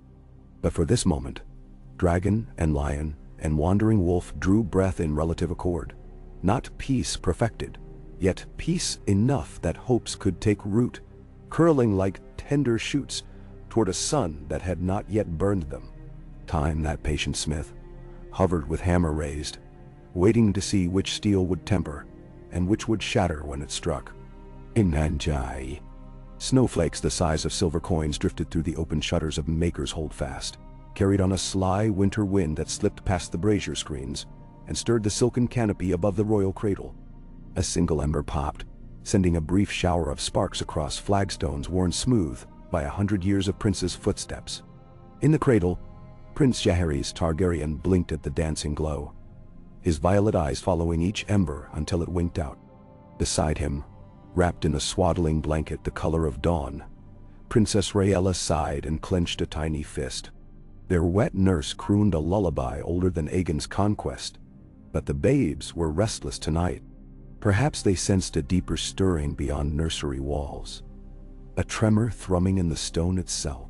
Rhaegar stood at the casement, gazing upon King's Landing lacquered in snowmelt sheen. The city roofs glimmered like dragon scale under moonlight, chimneys bleeding white breath into a sky so clear the seven themselves might have kindled each star. Behind him, Cersei wore a woolen robe cinched beneath her breasts, the quickness of recent birth not yet given to slack. She brushed auburn gold hair with deliberate strokes, though her attention never strayed far from the cradle. When Rhaegar turned, winter's pallor pooled beneath his eyes. Knights bending over maps and prophecy scrolls had deepened the shadows there. But a softened curve touched his mouth as he watched his children. "They chase sparks already," he murmured. "May they chase hope instead of flame." Cersei set the brush aside. "Hope is a hard quarry." She rose, drawing her fingers across his shoulder to coax away tension. Even lions must stalk it carefully. Rhaegar took her hand and pressed a kiss to the knuckles. 2 months since the twins' birth, yet he still marveled at how easily her fierceness sheltered tenderness, scabbard and blade in the same fine sheath. A knock came, 3 soft taps, before Ser Barristan's voice carried through the door. "Your Highnesses, the Master of Whispers requests audience." Rhaegar frowned. Very seldom disturbed the nursery, unless the realm itself rocked. He bade him enter. The eunuch glided in, robes trailing, bald head glistening with snowmelt. He bowed low. "Forgive the hour, my prince, my queen." Urgency knows no courtesy. Cersei cut to the heart. "Wildfire?" Varys' brows edged upward. "Alas, your Grace's foresight grows keener by the sennight." He produced a small parchment and extended it. A little bird discovered this list, tucked beneath the mattress of a certain pyromancer's apprentice. It named 7 hidden caches, locations not present in official ledgers. Rhaegar accepted the parchment. Scanning the cramped glyphs, his jaw tightened. The Guildhall swore the last inventory complete. Varys fluttered long fingers. "Oaths forged in green flame bend like warm wax, I fear." Rhaegar folded the parchment. "Thank you, Lord Varys. Summon Sir Gerald, Sir Luwin, and Lord Stannis. We root out every jar by dawn." The spymaster bowed and withdrew, robes sighing over rushes. Cersei moved to the cradle, smoothing blankets around her sleeping daughter. "Jars sprout faster than we pluck them." Rhaegar joined her, laying a gentle hand on tiny Rhaella's chest. "We will pluck until no sparks remain." Cersei studied him, reading more than resolve in the etch of his brow. Weariness, and the toll of wrestling with shadows no sword could cleave. She brushed a kiss on his cheek. "Come back before sunrise," she whispered. "They will want your voice when they wake." He kissed her fingers once more, then followed Barristan into the corridor. Down spiral stair and torchlit passage Rhaegar strode, cloak swirling. Gerald Hightower awaited in the Bull's Hoof antechamber, helm beneath one arm, white cloak damp with snow. Luwin Martell stood beside him, checking the edge of a dragonglass dagger, rumored gifted by a brotherhood of wielders on Skagos. Stannis Baratheon, summoned from his round tower, arrived last. He looked half-carved from frost, baldric glimmering with salt spray. Rhaegar spread Varys's parchment on a table scarred with candle burns. 7 caches, he said, voice low but steel hard, all beneath densely peopled districts. Stannis grunted. "We dig them out tonight." Luwin traced a finger along the map. "Several lie under rat tunnels no man walks in daylight. We'll need cutters." Gerald cleared his throat. "And secrecy. If small folk see soldiers dragging jars of fire, panic may kill more than flame." Rhaegar nodded. "We move in 3s, cloakless, plain armor. Sir Gerald, you and Luwin handled the Street of Sisters, Lord Stannis and I the fishmonger's square tunnels. Bring tongs and lead-lined boxes. Maesters will await at the dry dock." They donned drab cloaks, doused torches, and slipped into the night. Snow had ceased. The air hung still, brittle enough to shatter if one spoke too loudly. Stannis led the prince through alleys rank with midden and bread yeast. They found the first tunnel mouth behind a shuttered brewery. Inside, damp stone breathed a sour chill. Rats skittered from their booted tread. Halfway down a flight of steps, Stannis halted, nose wrinkling. A faint scent of resin tinged with rotten pears, wildfire. They descended single file, lantern-hooded, until metal glimmered in gloom. 6 green glass spheres nestled in straw inside an oak crate. Rhaegar crouched, steadying his breath. He and Stannis levered the crate onto a sledge of planks, then began a slow, cautious drag back up the steps. Above, a child's voice drifted through wall cracks. A lullaby, startlingly similar to the tune Cersei sang the twins. Rhaegar's grip faltered. The crate jolted. One jar clinked. Stannis hissed an oath, but the glass held. They climbed on, beads of sweat freezing at their temples. Once outside, Gerald's men hustled the load into a lead-lined wagon disguised as fish cart. By cockcrow, they had gathered all 7 caches, 23 jars in total, and loaded them on a barge bound for Blackwater Delta. Maester Creswell supervised tossing them into deep tidal holes, where cold brine dulled their hungers. As the last jar sank, Rhaegar exhaled a prayer to whichever gods answered princes. Stannis watched icy ripples swallow green glow. "This is mop work," he muttered, while the fire-setter walks free. Rhaegar met his gaze. "We will snuff the hand that holds the match." Stannis' mouth twitched. Something like grudging respect, shadowed by doubt. "See that you do, your highness." Dawn painted clouds rosé when Rhaegar returned to the nursery. Cersei sat in a wooden rocker, Jaehaerys at breast, Rhaella suckling quietly in the nurse's arms nearby. She looked up, relief kindling her weary face. Rhaegar kissed her brow. "The city sleeps safer," he said. She patted the arm of the rocker, beckoning. He knelt, brushing a fingertip across his son's downy hair. The boy regarded him solemnly, purple eyes vast as dusk. "No flames for you," Rhaegar whispered. "Only song." A discreet cough sounded. Grand Maester Pycelle shuffled in, chain clinking. "Forgive, majesties. A raven from Winterfell." He produced a tube. Rhaegar broke the seal. Lord Rickard rode in neat strokes. The White Harbor bells toll restless. A trading cog sailed in last eve, her crew frozen dead, blue lip smiles, no wounds. Cargo holds spilled with snow, though no storm pursued her. "Speak to me of omens, your highness." Rhaegar felt ice in marrow. He handed the letter to Cersei. Concern darkened her gaze. "The dead stiffen southward," she murmured. "Perhaps our borrowed year nears its end." 3 days later, a horn blast shivered the stones of the Red Keep, a seldom-heard alarm reserved for threats at gate or sea. Rhaegar, midst council in the Tower of the Hand, strode to the window. Below, gold cloaks funneled toward Mud Gate, where a solitary rider on a foam-flecked destrier slammed a battered shield against the portcullis. Jaime met the rider first, sword drawn. He recognized the stag sigil, dented, rim iced. Beneath antlered helm, Thor Nedry, Robert's sworn shield, peeled cracked lips from bleeding teeth. "Stormlord rides," he rasped, collapsing. Within the hour, Raven Scroll confirmed.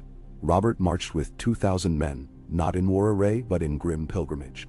He demanded audience, not with Eris, but with the prince and princess. Council chamber erupted. Tywin's knuckles whitened upon chair arms. Varys raised placating hands. Jaime's gaze darted to Cersei who, face unreadable, said only, "Prepare the tourney grounds. We meet him there." Eris refused to leave his solar. He paced, muttering of betrayals, begged Rossar to bring more jars. Rossart complied. Jaime, stationed outside, heard clink of glass and Aerys's fevered praise of green flame's purity. Sweat chilled his spine. He remembered Rhaella, and Jaehaerys, cooing. Inside his mind, a gate creaked open. Possibility stalking like lean wolf. If the king meant to immolate the city, the King's Guard oath might chain Jaime to atrocity. Something fragile within him bent near breaking. Robert's host camped beyond the mud gate, cooking fires dotting fields white with hoarfrost. At dawn, Rhaegar and Cersei rode out accompanied by Tywin, Stannis, and a mixed honor guard. Robert awaited at the lists, clad not in plate but in fur-lined surcoat, his heavy war hammer conspicuously absent. Snow dusted his wild black curls. When Rhaegar dismounted, the two men clasped forearms, a grip neither loose nor crushing. Cersei inclined her head. Robert bowed stiffly. "Storms bring gifts and grief," the prince began. Robert snorted steam into cold air.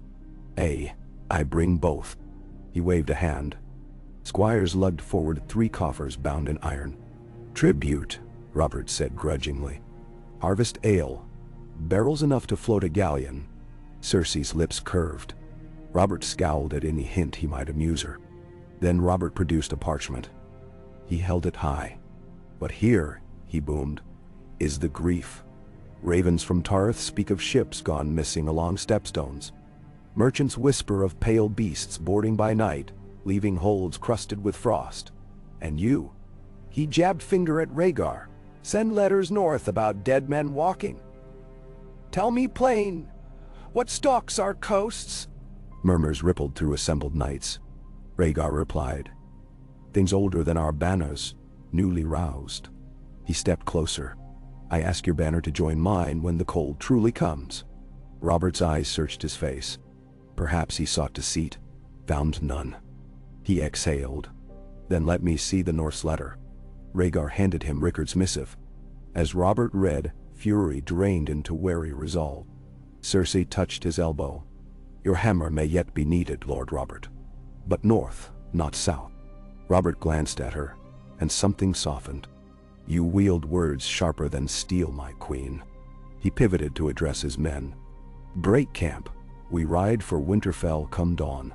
Stannis stepped forward, brows knit. "We marched 200 leagues for this council." Robert thrust the scroll into his brother's hand. "Read and saddle." To Rhaegar he said, "Quiet her. Tarth ferry leaves cages of ravens every fortnight. I'll send all north reports." Rhaegar clasped his arm. "And I'll prepare grain stores along the King's Road." In that handshake, 7 years of suspicion thawed under breath of coming winter. As Robert's banners wheeled southwest, Tywin paced the Tower of the Hand, calculations racing behind gold-green eyes. Peace had birthed profit, yet now peace required alliance north where Lannister gold held no sway. He penned letters to House Manderley offering discounted loans for harbor defenses. He directed goldsmiths to craft wolf-head silver for small folk trade, stamped discreetly with lion's paw beneath. Profit in every pledge. Cersei oversaw wagons of barley loaded for Winterfell, instructing drivers to wrap wheels with thick rope for snow. She wrote Elia, asking her to assume some duties while she traveled north come spring with the twins, presenting them before the old gods. Elia responded graciously, welcoming the trust.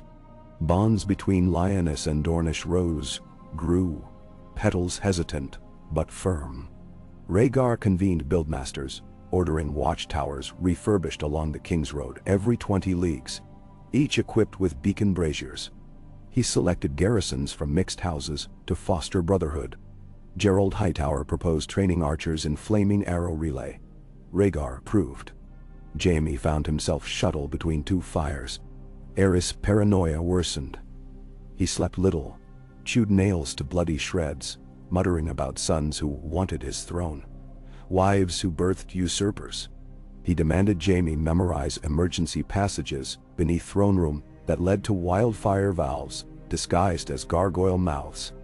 Jaime complied outwardly, but each lesson mounted like weight on his chest. One afternoon, he visited the nursery. Cersei looked up from teaching Rhaella to grasp a painted horse. Jaime's eyes glistened. He whispered, "Our father must never know what the king plans." Cersei read the terror beneath. She squeezed his hand. "Do your duty to the realm," she said. He nodded, breathing unsteadily. Snow deepened. Word arrived that Lord Commander Corgyle of Night's Watch requested a parley with the crown. Urgent, dire. Rhaegar dispatched ravens of welcome. Corgyle arrived weeks later, escorted by a dozen black-cloaked rangers. He was lean, eyes fever-bright. In the Red Keep solar he spoke. A ranging beyond the wall had vanished, leaving only a circle of scorched ground and clawed tracks chiseled into permafrost. Strange lights glimmered purple above haunted forests. Cold, so absolute their torches froze. He begged reinforcements, men, and dragonglass. Rhaegar presented the ranger with crates of obsidian arrowheads, lanterns of whale oil, and pledges of sellsword companies. Corgyle shook like a man glimpsing dawn after polar night. Yet he added a final plea. Send a prince to witness, else southern lords doubt the threat. Rhaegar's gaze flickered to Jaehaerys's cradle waiting in adjoining chamber. I'll come, he promised. Cersei inhaled sharply but said nothing then. That night they argued soft and fierce behind locked doors. Cersei insisted realm needed its prince. Rhaegar countered that prophecy pointed north, that ice and fire must meet. Twins slept oblivious as voices rose, then fell to murmured compromise. Rhaegar would ride only to Winterfell, not beyond Wall, until more proof came. Cersei would accompany with the children in spring caravan, forging visible unity. Meanwhile, Varys webs tightened around Rhaegar. A kitchen boy lured by sweet cakes delivered word of midnight meetings between pyromancers and two of Aerys's personal guards. Varys relayed to Rhaegar, "Your father hatches a net of flame that may snare all within." Rhaegar tasked Jaime, sworn shield at King's side, to find schematics in Rhaegar's quarters. Jaime balked. Royal oath forbade rifling hands chambers. But Rhaegar's plea carried weight heavier than oath. Find them, or our children sleep atop powder. Jaime agreed, voice cracking. Under cover of thickening snowstorm, Jaime scaled a roof to Rhaegar's tower, slipped through narrow window. Inside, twisted glassware gleamed green. Shelves bulged with scrolls rimmed fire-kissed. He found a sheaf, map of city tunnels with circles labeled Dragon's Breath. He tucked them into tunic. A footstep creaked. Rhaegar emerged from alcove, eyes shining lunatic devotion. "Your cloak is white, Sir Jaime," he murmured. "But green suits you." He lunged with glass dagger. Jaime parried, but blade shattered, splattering oily droplets. They hissed on stone. Jaime seized Rhaegar, throttled him silent, then bound wrists with sash. He slipped out same window, snow veiling his escape. Rhaegar received the maps, spread them before Varys, Stannis, and Tywin. Conduits threaded like veins beneath every district, valves keyed to golden dragons enthroned dais. Tywin swore, rare anger cracking mask. Stannis slammed fist. Varys whispered, "The king means to light funeral pyre should rebellion strike." Rhaegar closed eyes. "We must stop him before panic forces his hand." Yet how to strike father who still wore crown by law? Tywin proposed quiet removal, Kingslayer's work. Stannis advocated trial. Involve High Septon. Varys counseled shadow netting, disarm pyromancers, mislead king. Rhaegar listened. He felt the weight of years, his songs, his battles of parchment. Violence births violence, he said. But inaction births catastrophe. He decided, corridors feeding throne room valves must be sealed under guise of renovation. Pyromancers reassigned to forge ice glass for northern war. Aerys persuaded to move court south for his health, away from caches. Cersei sent ravens to Highgarden, praising the healing air of Old Town. Tyrells, eager to host, dispatched glowing invitations. Rhaegar visited his father with Jaime and Pycelle. He spoke soothingly of winter's damp risking king's lungs. Pycelle backed claim with feigned medical babble. Aerys eyed each man like rats nibbling his robe, but wanderlust flickered. Old memories of Old Town's library, perhaps. He agreed on trial visit. In secret, Rhaegar was imprisoned, his acolytes dispersed to veil outposts.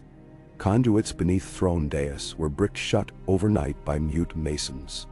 Court departed in grand procession. Rhaegar and Cersei rode at front, twins bundled in ermines.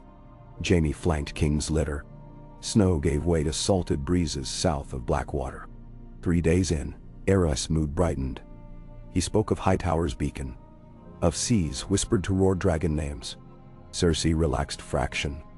But Tywin, Stannis, and Luwin remained watchful. Old Town greeted with bells. Maesters lined citadel steps. Hightower's high chambers hosted the royal family. Aerys ensconced himself amid dusty tomes, leaving others to tour harbor expansion funded by Tyrell gold. Rhaegar addressed convocation of lords, spurring alliance for northern defense. Even the Hightower himself pledged ships to patrol Sunset Sea. Peace again seemed tangible. Yet ravens from King's Landing told another tale. Minor fires in Alchemist Quarter. Whispers of vengeance for Rossart. One night, a barrel of wildfire exploded in Flea Bottom Alley, gutting 2 tenements.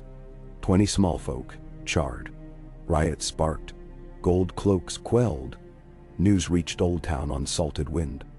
Jaime paled. Tywin's jaw set like granite. Rhaegar paced parapet beneath star-spun sky. Cut one head, he said. 2 more burn.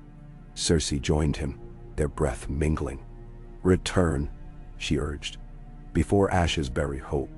Leaving Aerys under Maester watch in Old Town, Rhaegar and core retinue marched back northeast. Cersei remained behind with children, safer away from city tinderbox. Jaime accompanied Prince. As they neared King's Landing, smoke smudged horizon. Ziga Towers? No. Chimney belches from smithies forging barricades at Lord Valar's command. Inside walls, tension coiled. Pyromancers loyal to Rossart had vanished, taking jars. Gold cloaks raided warehouses. Small folk hoarded lamp oil, fearing nights lit by traitors' blaze. Rhaegar convened emergency council. Varys reported unknown hand buying saltpeter. Stannis' agents captured 2 acolytes, who under cold interrogation revealed final gambit. A vault beneath Dragon Pit still held dozens of wildfire casks, set with fuse triggered from Sept Bell Tower. Rhaegar issued swift orders. Jaime and Luwin to Dragon Pit with sappers, Stannis to seize Bell Tower, Varys to spread word of holiday illumination to mask operations. At dusk, bells rang a merry carillon as if festival buzz. Citizens gathered on rooftops expecting fireworks. In reality, Stannis' men stormed Bell Tower, disarming fuse. Jaime led squad through Dragon Pit catacombs, axes cleaving ancient chains. They rolled casks onto reinforced wagons, drove them to river where maesters drowned fire. One barrel cracked, leaking bright green. Luwin shoveled sand to smother. Sweat dripped though snow flurried outside. By dawn, threat neutralized. Rhaegar addressed crowd in Market Square, frank about sabotage, praising gold cloaks and Nightfire Guard for swift action. He declared amnesty for small folk who surrendered illegal jars within 3 days. Many complied, piling stray globes at Monument Foot. City exhaled. But in Old Town, word reached Aerys of treacherous interference with his dragonfire defense.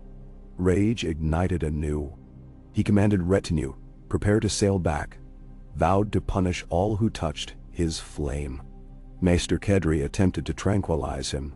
Aerys slashed with dagger, escaping. He descended Tower Library, seized a jar he had hidden in saddlebag. Before dawn he rode from gates with 2 loyal guards, heading east along the Roserud. Ravens warned Rhaegar. He dispatched Jaime and Ser Barristan to intercept. Snow turned to sleet, sleet to driving rain. They caught the king's party near Bitterbridge Ford. Jaime urged halt. Aerys brandished dagger, glass jar swaddled in cloak. One more step and King burns bright, he shrieked. Barristan dismounted, palms raised. Grace, the jar cracks in rain. See, it weeps. Indeed, faint smoke curled from cloak. Jaime's heart hammered. He remembered prophecy glimpsed in Rhaegar's anxious eyes. If King dies in wildfire, dragon and realm might yet collapse. Lightning forked overhead. Horse reared, guard tumbled, jar slipping. Jaime lunged, catching fragile orb inches above stone. Rain hissed on its surface. He held breath, arms trembling. Aerys howled, slashing dagger toward Jaime's throat. Instinct overcame oath. Jaime twisted, sword a silver flash. The king staggered, crimson blooming across tunic. Time stalled. Barristan shouted, but Aerys already fell, lifeblood mingling with rain. The wildfire jar slipped from Jaime's numbed fingers, but Barristan snatched it, plunging into Ford waters. Liquid hissed harmless. Jaime knelt beside the fallen king, shock shaking him. Aerys's eyes, once fever-bright, dimmed. His lips parted. He gasped one word, burn, then expired. Rain hammered all sound to hush. Barristan placed a mailed hand on Jaime's shoulder. You saved thousands. Jaime stared at sword, rain washing blood. I slew my king. Tears or rain wet his cheeks, indistinguishably. They wrapped Aerys in oilcloth, bore body north. At King's Landing, Rhaegar received news with hollow eyes. He summoned small council, declaring truth. The king fell by his own madness, wildfire at hand. Jaime surrendered White Cloak, ready for trial. Rhaegar refused. You chose realm. Council concurred. Bells tolled slow. Morning bells, not wildfire beacons. Small folk wept, partly from relief. Cersei arrived days later with twins, winter's sun gleaming on tears as she embraced brother. She whispered, Kingslayer or Kingsaver, you remain lion. Jaime wept freely then. Spring buds pushed through frost. Rhaegar was crowned beside Cersei, twins in arms. He swore to be king of peace and iceward guardian. Jaime knelt first. Tywin placed crown, pride and pain mingling. Lords pledged fealty. Robert arrived, cloak dusted with road salt, laid hammer at throne steps, vowing strength to northern campaign. Within moon's turn, banners of dragon, lion, stag, wolf, rose, sun and falcon converged at Moat Cailin.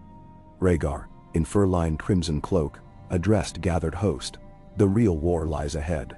The war for every hearth we cherish.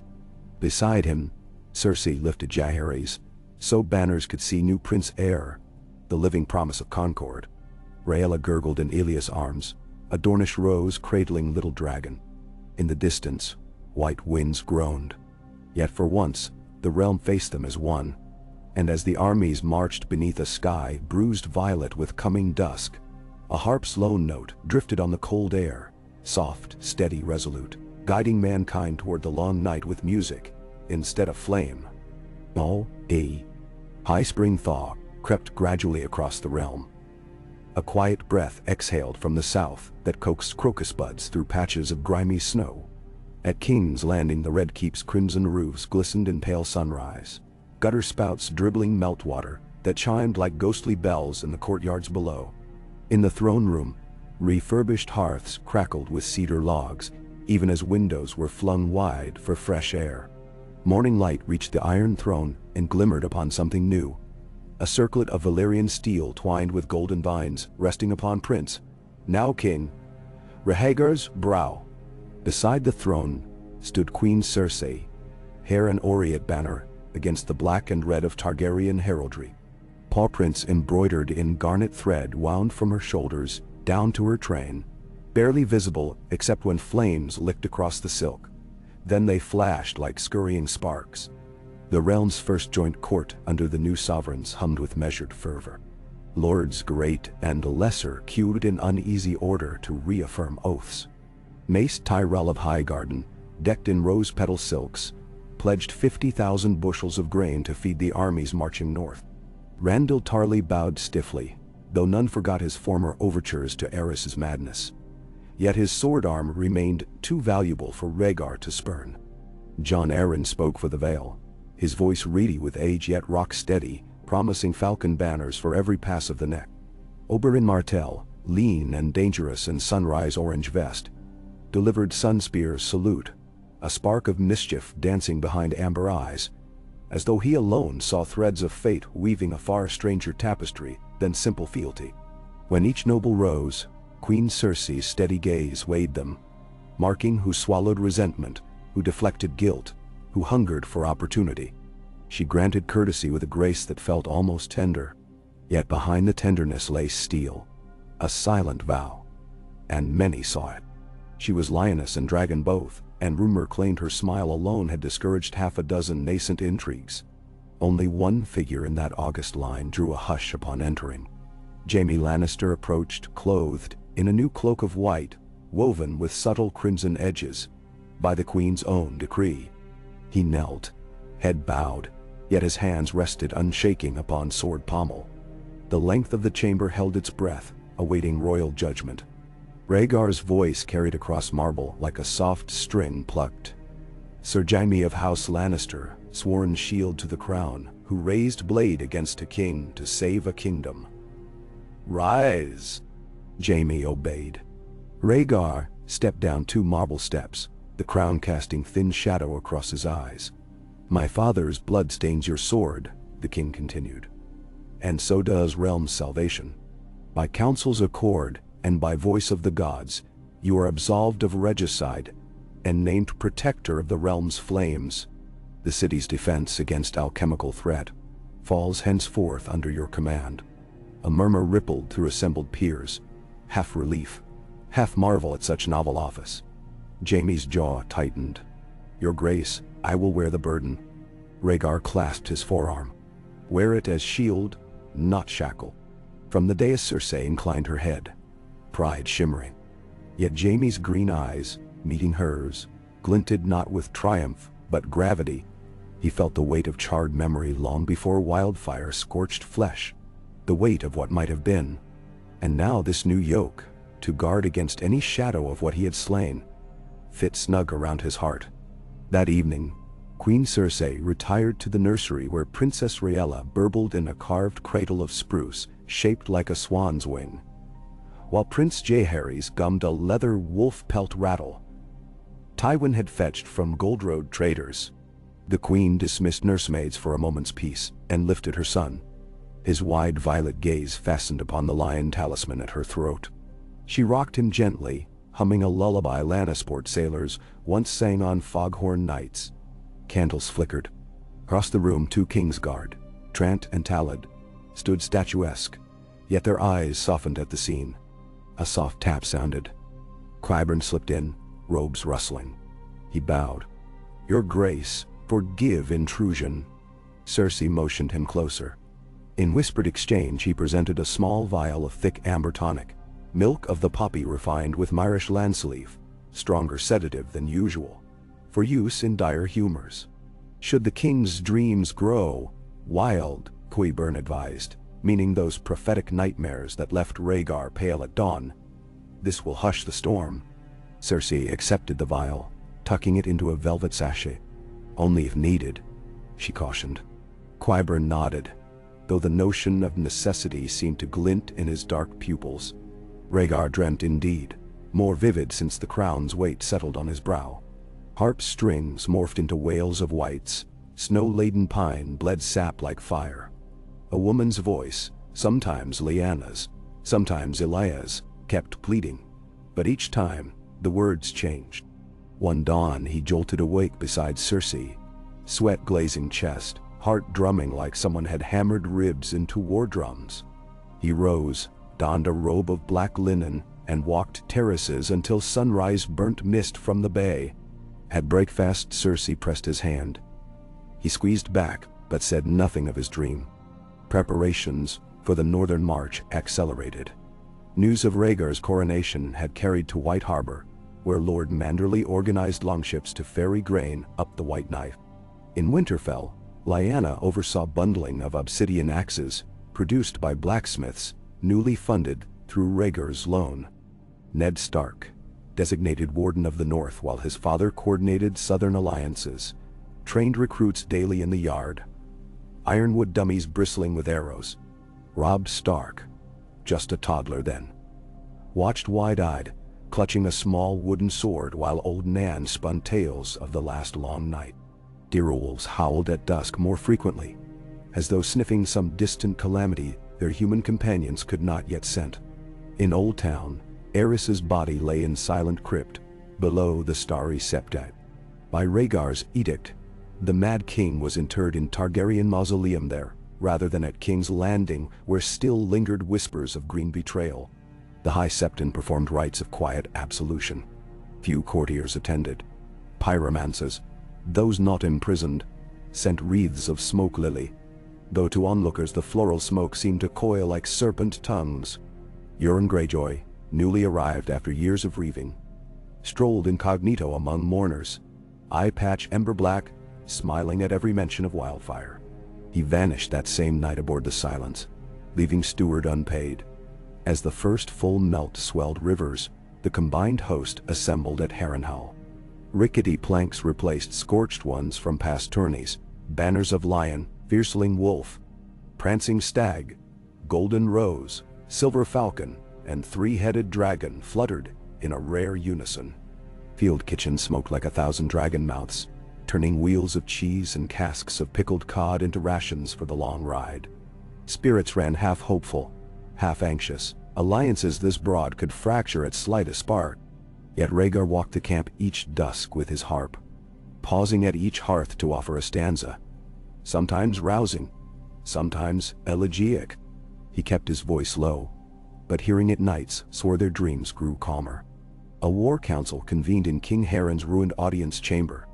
Rhaegar seated at shattered obsidian table, symbolic humility before forces they were to face.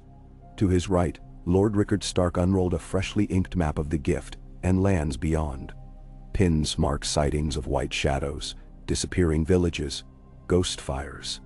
My rangers saw footprints like talons of great birds, he said, voice graver than stonework.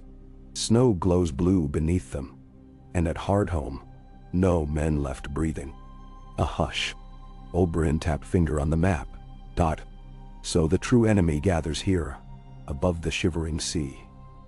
The true enemy, Stannis repeated. His eyes flicked to Cersei. She gave tiny nod. The plan emerged.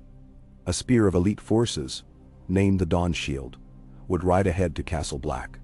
300 knights, 400 men-at-arms, 200 archers, 50 maesters, and 30 pyromancers now loyal to Jaime's flame wardens, their wildfire caches strictly rationed. Rhaegar would lead personally, Robert at his side with garrison of Stormlanders, Ned Stark guiding through snowfields. Behind them, slower columns would reinforce Moat Cailin, Deepwood Motte, and the Shadow Tower, hardening the bottleneck. Cersei and the twins would remain at Winterfell with Elia and Tywin, both to unify lords by their presence and to serve as last bastion of rule should catastrophe befall the vanguard. Night before departure, Harrenhal's adjacent lake shimmered beneath Aurora. Rhaegar stood upon crumbled balcony, strumming soft chords. Jaime approached. Your Grace, he began, hesitant. If horrors prove greater than swords, what then? Rhaegar plucked minor chord that quivered like cold iron.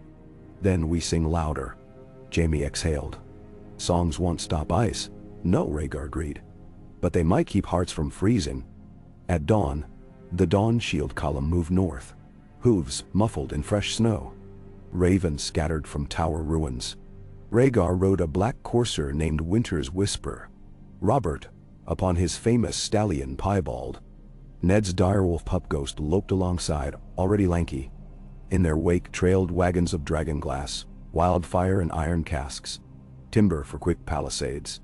As they crossed the neck, Crannogmen emerged silently, offering skiffs to traverse bogs. Mira Reed, still a child yet cunning, guided Robert's spearmen through maze-like trails. The host reached Winterfell beneath first full moon of travel. Torches dotted ramparts. Lyanna awaited at gates, cloak swirling with new-sewn direwolf dragon sigil. She embraced Ned, then clasped hands with Rhaegar. A gesture watched keenly by Robert, his expression unreadable. But when Lyanna offered him a flask of Wintertown's finest brandy for warmth of belly, Robert's laugh boomed across yard, tension melting like rime from iron. That night feast tables groaned under venison pies. Smoked char, beets glazed with honey. Minstrels sang, "The Winter Rose" at Cersei's request. Though she'd once loathed the ballad for what it symbolized, she now saw it as rope binding past to present. Rhaegar played counter-melody on harp, blending bittersweet strains into hope-driven cadence. Lyanna danced with Jory Castle. Robert spun Mira Reed till her braids splayed like fanned willow. Cersei watched over twins swaddled near hearth, Rhaegar giggling at flickering shadows cast by dancing lords. After feast, Rhaegar and Cersei walked ramparts beneath swirling snow moats. "Tomorrow we march," he said. She took his hand. "And tomorrow I hold Winterfell," she replied. "A lioness in a wolf's den." He smiled softly. "Wolves are loyal hosts." She leaned in, breath clouding between them. "Return," she whispered. "Return entire." He answered with kiss tasting of mulled wine and iron resolve. Dawn's shield column left amid ringing of bronze bells from Winterfell's great keep. Lyanna rode among outriders, wearing newly forged ice-blue breastplate. Robert insisted she remain behind, but she laughed. "Wine sings sweeter where snow bites." Rhaegar allowed her place, trusting her skill. They pushed north, through dim forests where day never fully lifted twilight. Strange shapes moved beyond tree line. Elk so pale they seemed carved from moonlight. And once, a silhouette like a man clad in armor of ice, standing motionless at ridge. Arrows loosed its shape clattered harmless, as though striking glass, before the thing dissolved into drifting flurries. Men muttered prayers. Rhaegar ordered double watch. At the wall, the Dawn Shield beheld an edifice more colossal than legends, blue-white cliffs rising endless, crenellations built of frozen starlight. Lord Commander Corgyle waited at Castle Blackgate, eyes haunted. He led them to courtyard where fires burned greenish-blue, pine wet with frost. He showed them cages of ravens white as bone, feathers rimed with hoarfrost even near flame. "They flew from north," he said, voice rasping, carrying shards of ice clamped in beaks. "Tokens from the Night's King." Ned's face darkened. Old Nan's stories loomed real. Robert flexed gauntlets. "Hammer'll shatter ice," he growled. Yet both knew steel might fail. Engineers set to reinforcing the gate with weirwood beams, shipped from Isle of Faces by special decree. Pyromancers prepared drop flasks along inner battlements, each labeled and measured. Maesters mixed dragonglass shards with pitch to tip arrows. On 7th dusk, ranging party of rangers and stormlords rode east along the Milkwater. They found empty snowfields, yet frost-bitten corpses of wildlings lined ditch in eerie arrow-straight rows, eyes gone, tongues removed. In one corpse, breastplate, carved runes glowed faint azure, the mark of others. They burned bodies at dawn. Smoke blackening sky like herald of war. Back at Winterfell, Cersei convened lords of Levy. Deepwood spearmen filed beneath ramparts. Karstark archers practiced volleys in snowdrifts. Elia organized infirmary using Dornish poultices, warming chilled limbs. Tywin negotiated supply caravans throughout Wolfswood, paying trappers in gold lion coins. The northern men accepted, though with wary glances. Jaime arrived with contingent of city engineers specialized in demolition, repurposed as builders of flame trenches near Last Hearth. He knelt before Cersei. She lifted him. "Flame wardens to your service," he said. Their father watched, a rare, almost thawed expression crossing stern visage. On wall, uneasy calm shattered when horn blast erupted 3 times. Unheard for 8,000 years. Men scrambled to parapets. Through drifting flurries figures advanced. Tall, gaunt, shimmer of ice armor reflecting wan moon. Between ranks, shambled corpses, draped in remnants of wildling hides, and knights watch blacks. Blue flames flickered in empty sockets. At front, rode creature taller than man astride skeletal horse, blade of crystal held casually. The army halted within arrow's range, yet untouched by shafts. Cold so fierce steamed from them like smoke. Rhaegar stepped to edge of wall walkway, harp in hand, and plucked single note amplified by canyon wind. The sound echoed oddly, lingering.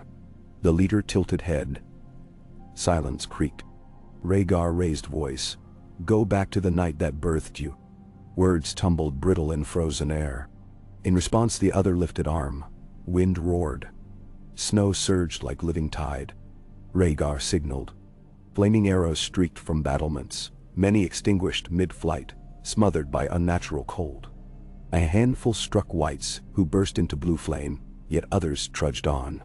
Pyromancers hurled bronze flasks. Green bursts ignited corpses, but wind flung embers back, catching rampart shields in alchemical blaze. Jaime shouted for buckets. Robert hefted warhammer, etched with runes. Ned Smith's inscribed, bellowing. "Storm with me!" He charged down switchback stairs to meet Whites at gate ramp, Ned at his side. Battle of the Night Wind Pass raged beneath walls' gloom. Steel rang dull against ice. Dragon glass daggers sliced others to shattering crystals. Corpses fell only to rise if flames didn't lick. Lewin Martell spun twin spears tipped in obsidian, a deadly dance. Each strike left shards and mist. Lyanna, agile as lark, cut down Whites on horse borrowed from Ranger, her obsidian-edged saber flickering. Above, Rhaegar played chords to rally hearts, music somehow cutting through howl. Some said the harp tune slowed the Whites, as though rhythm hindered their march. Skeptics claimed coincidence, yet soldiers who fought near him swore they felt warmth push back cold. Casualties mounted. Ser Davos Seaworth, now knighted for onion smuggling, turned courage, dragged 2 wounded men to safety. While frostbiting crept his fingers, he gritted through pain, loyal to realm that had pardoned him. Pyromancer Emmerich, once Rossart's rival, cracked jar purposely at foot of White Walker. Green fire coiled upward, dissolving being in shower of diamond dust, but also consuming Emmerich. Jaime's flame wardens wedged wildfire channels beneath ramp, igniting trench that separated living from dead. White stumbled, blazing, smell of charred rot gagged men. Amid chaos, other commander advanced unperturbed, blade rimming frost along air itself. Ned spotted him, signaled Rhaegar. They converged at foot of stair of swords. Iceblade clashed Robert's warhammer. Hammerhead cracked into shards of blue crystal, but also shattered, iron ringing across stone. Robert fell back, cursing. Ned stepped beside, parrying frost slash with dragon glass greatsword, gifted by Vailman. Weapon sang high note, sending mist. Shards rained. Rhaegar approached, oddly calm, harp slung across back, yet left hand gripping ancient sword Dark Sister taken from royal vault. Others' gaze, if it had eyes, shifted. A sound like cracking glacier emanated. They fought.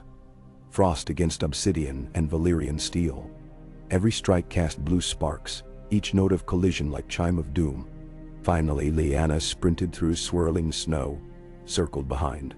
She leapt, plunging dragon glass dagger beneath creature's collar. It shrieked, a noise of shattering icicles, then imploded into glittering shards. The army of Whites faltered. Many collapsed inert. Others retreated under whipping wind. Silence descended, broken by groans of wounded cackle of dying flame. When morning bled pale across battlefield, snow lay carpeted with blackened corpses and crystalline fragments. A tally counted 83 men lost, 42 seriously maimed, but an entire host of undead vanished beyond the haunted forest, leaving fissures of frozen despair. Rhaegar convened survivors at Castle Black's yard. Fires burned bright, maesters tended wounds. Songs of victory rose but sounded hollow. For though the battle was won, scouts reported a much larger mass of white shadows migrating west toward the gorge. War had merely begun. Rhaegar wrote letters that night by failing candle. To Cersei, sparing details yet bearing soul. To Tywin, requesting heavier armor shipments. To Maester Aemon, seeking wisdom. He sealed each with dragon wax and sent ravens south. Then he walked ramparts alone. Snow fell, but melted upon his cloak lined with lion fur gifted by Cersei. He gazed north, horizon empty. Yet he felt unseen gaze returning. A consciousness cold, patient, ancient. At Winterfell, ravens arrived under nacreous dawn. Cersei read Rhaegar's report in solar, warmed by braziers. Her face remained mask until final line. "We stand, yet winter walks." She inhaled shaky breath, folded parchment. Elia entered, carrying Jaehaerys. "He woke early," the princess said.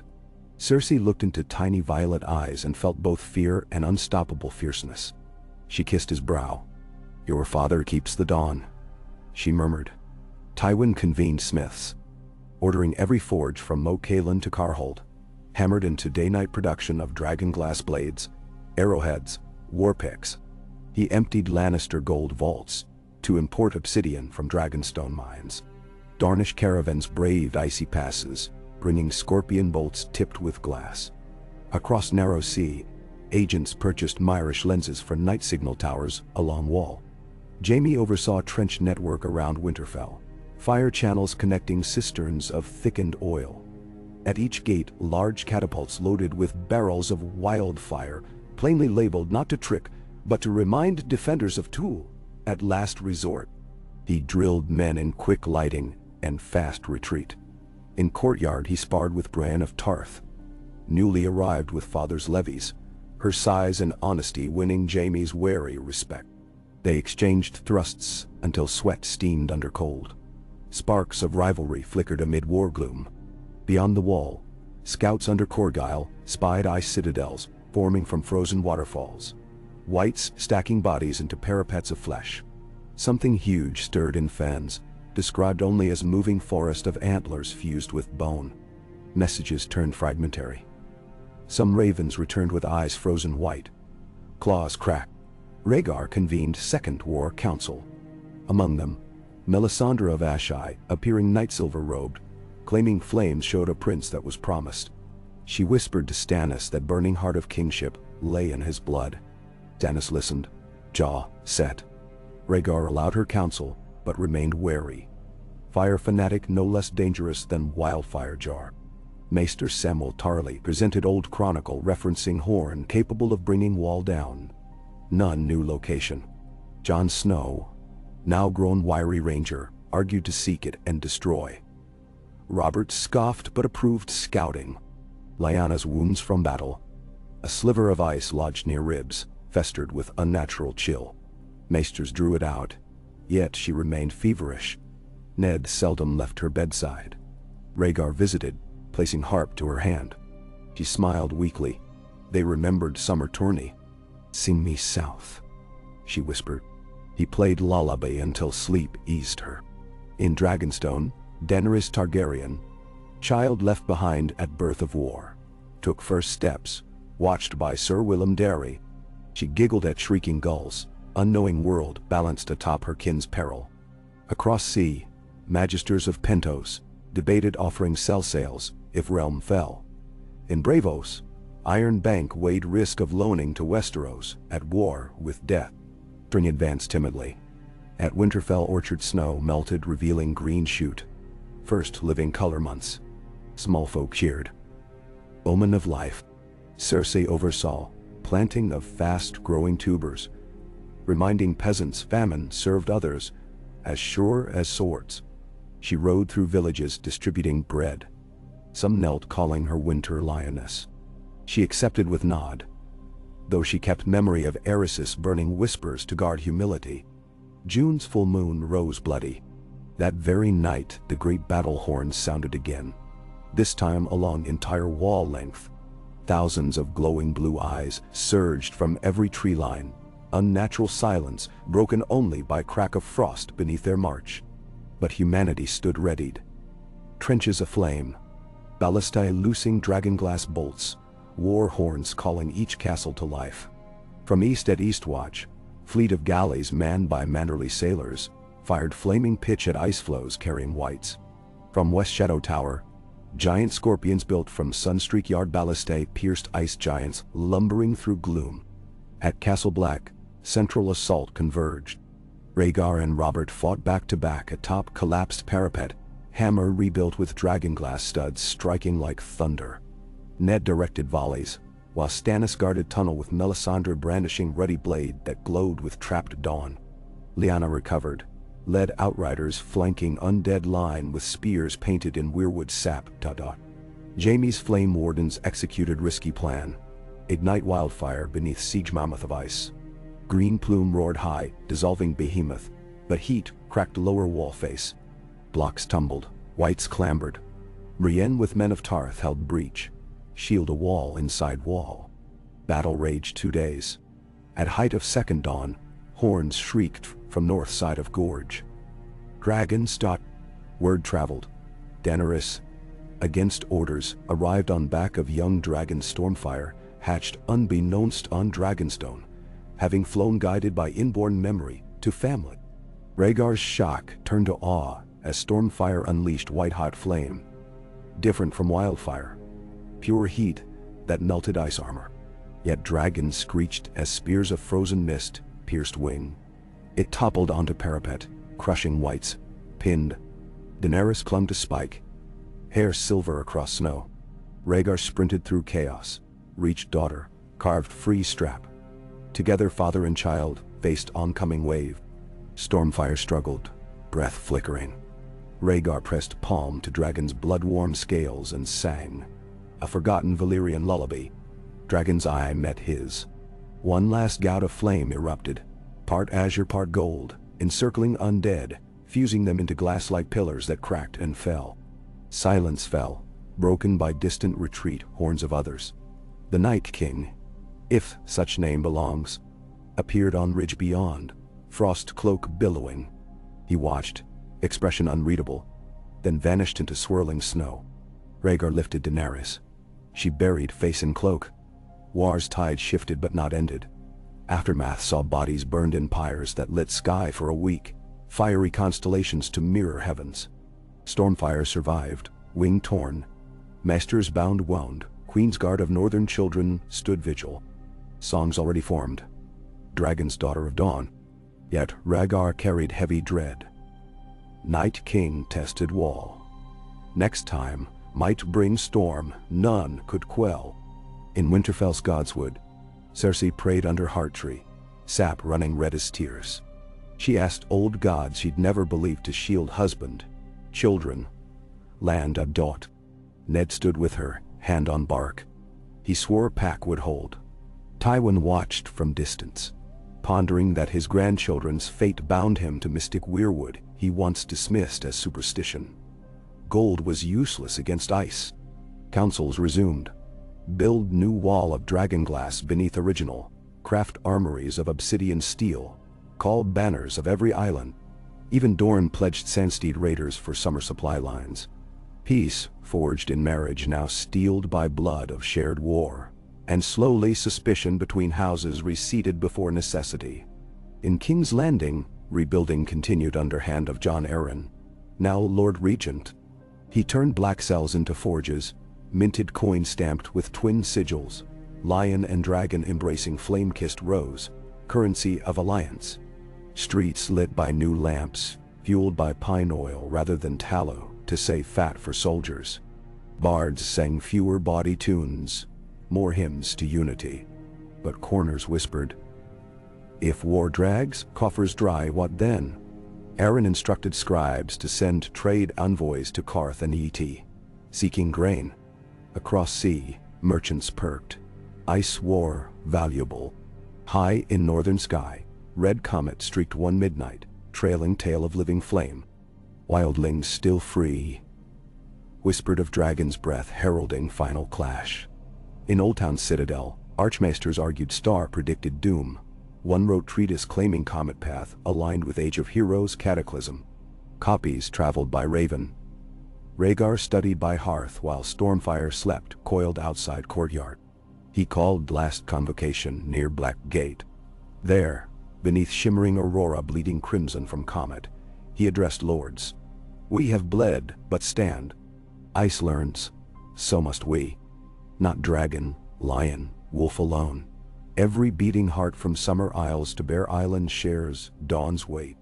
He drew Dark Sister, held flat. If we break, night wins. Robert raised hammer stubbed in dragonglass. Night never wins while men draw breath to curse it. Cheers rose. Rhaegar smiled faint. Then let dawn find us cursing loud. And so campaign of living stretched into third year, constructing outposts beyond wall, forging alliances with free folk under new chieftain Tormund Giantsbane, who signed with blood and mead, releasing ravens daily to track others' wanderings, training ravagers of Skagos in obsidian axes. Children grew. Jaehaerys walking ramparts, Rhaella chasing direwolf pup given by Lyanna, Daenerys recovering with dragon, now part of nightly patrols. Queen Cersei, once scorning snow, learned to ride across crusted drifts. Cloaks snapping, offering counsel to war captains. Her ferocity earned Northmen's grudging admiration.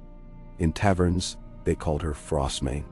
One deep winter's eve, as flurries fell like whispered omens, Cersei found Rhaegar upon Nightfort's drawbridge.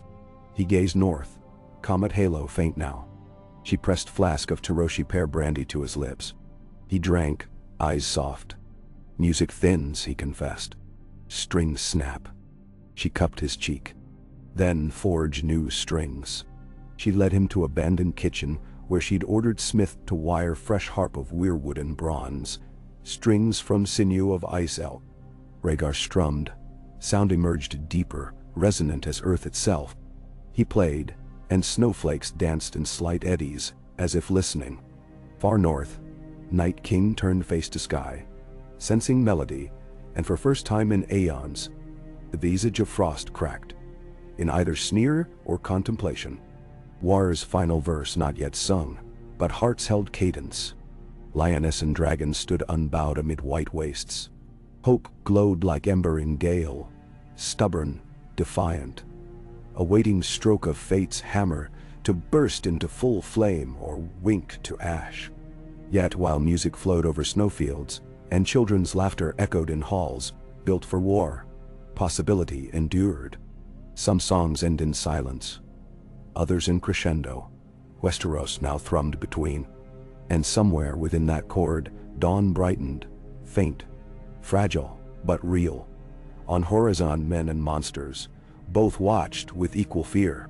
The storm broke over the frost fangs with a violence that seemed sentient, a whirlwind shaken loose from the innards of the world. Hailstones big as a sellsword's fist pelted the frozen crags. Lightning forked so low, it burned blue scars across the ice-slick slopes. In that maelstrom, 3 riders emerged, shapes hewn of shadow and determination, cloaks snapping like torn war banners. Rhaegar led, Stormfire's scale-bright gaze illuminating gusts where lanterns failed. Beside him, Lyanna kept pace astride a rangy sable gelding whose mane streamed silver in the gale. The third was Jon Snow, gaunt beneath layered furs, sword Longclaw sheathed across his back. They had quit the wall before dawn on a mission so covert only 8 souls knew. To breach the mountains of always winter, seeking the cryptic fireheart Melisandre claimed lay at the heart of Cole. Her flames whispered that deep within an ice cavern burned the first embers stolen from dragonkind. Seed of light the Night King hungered to snuff.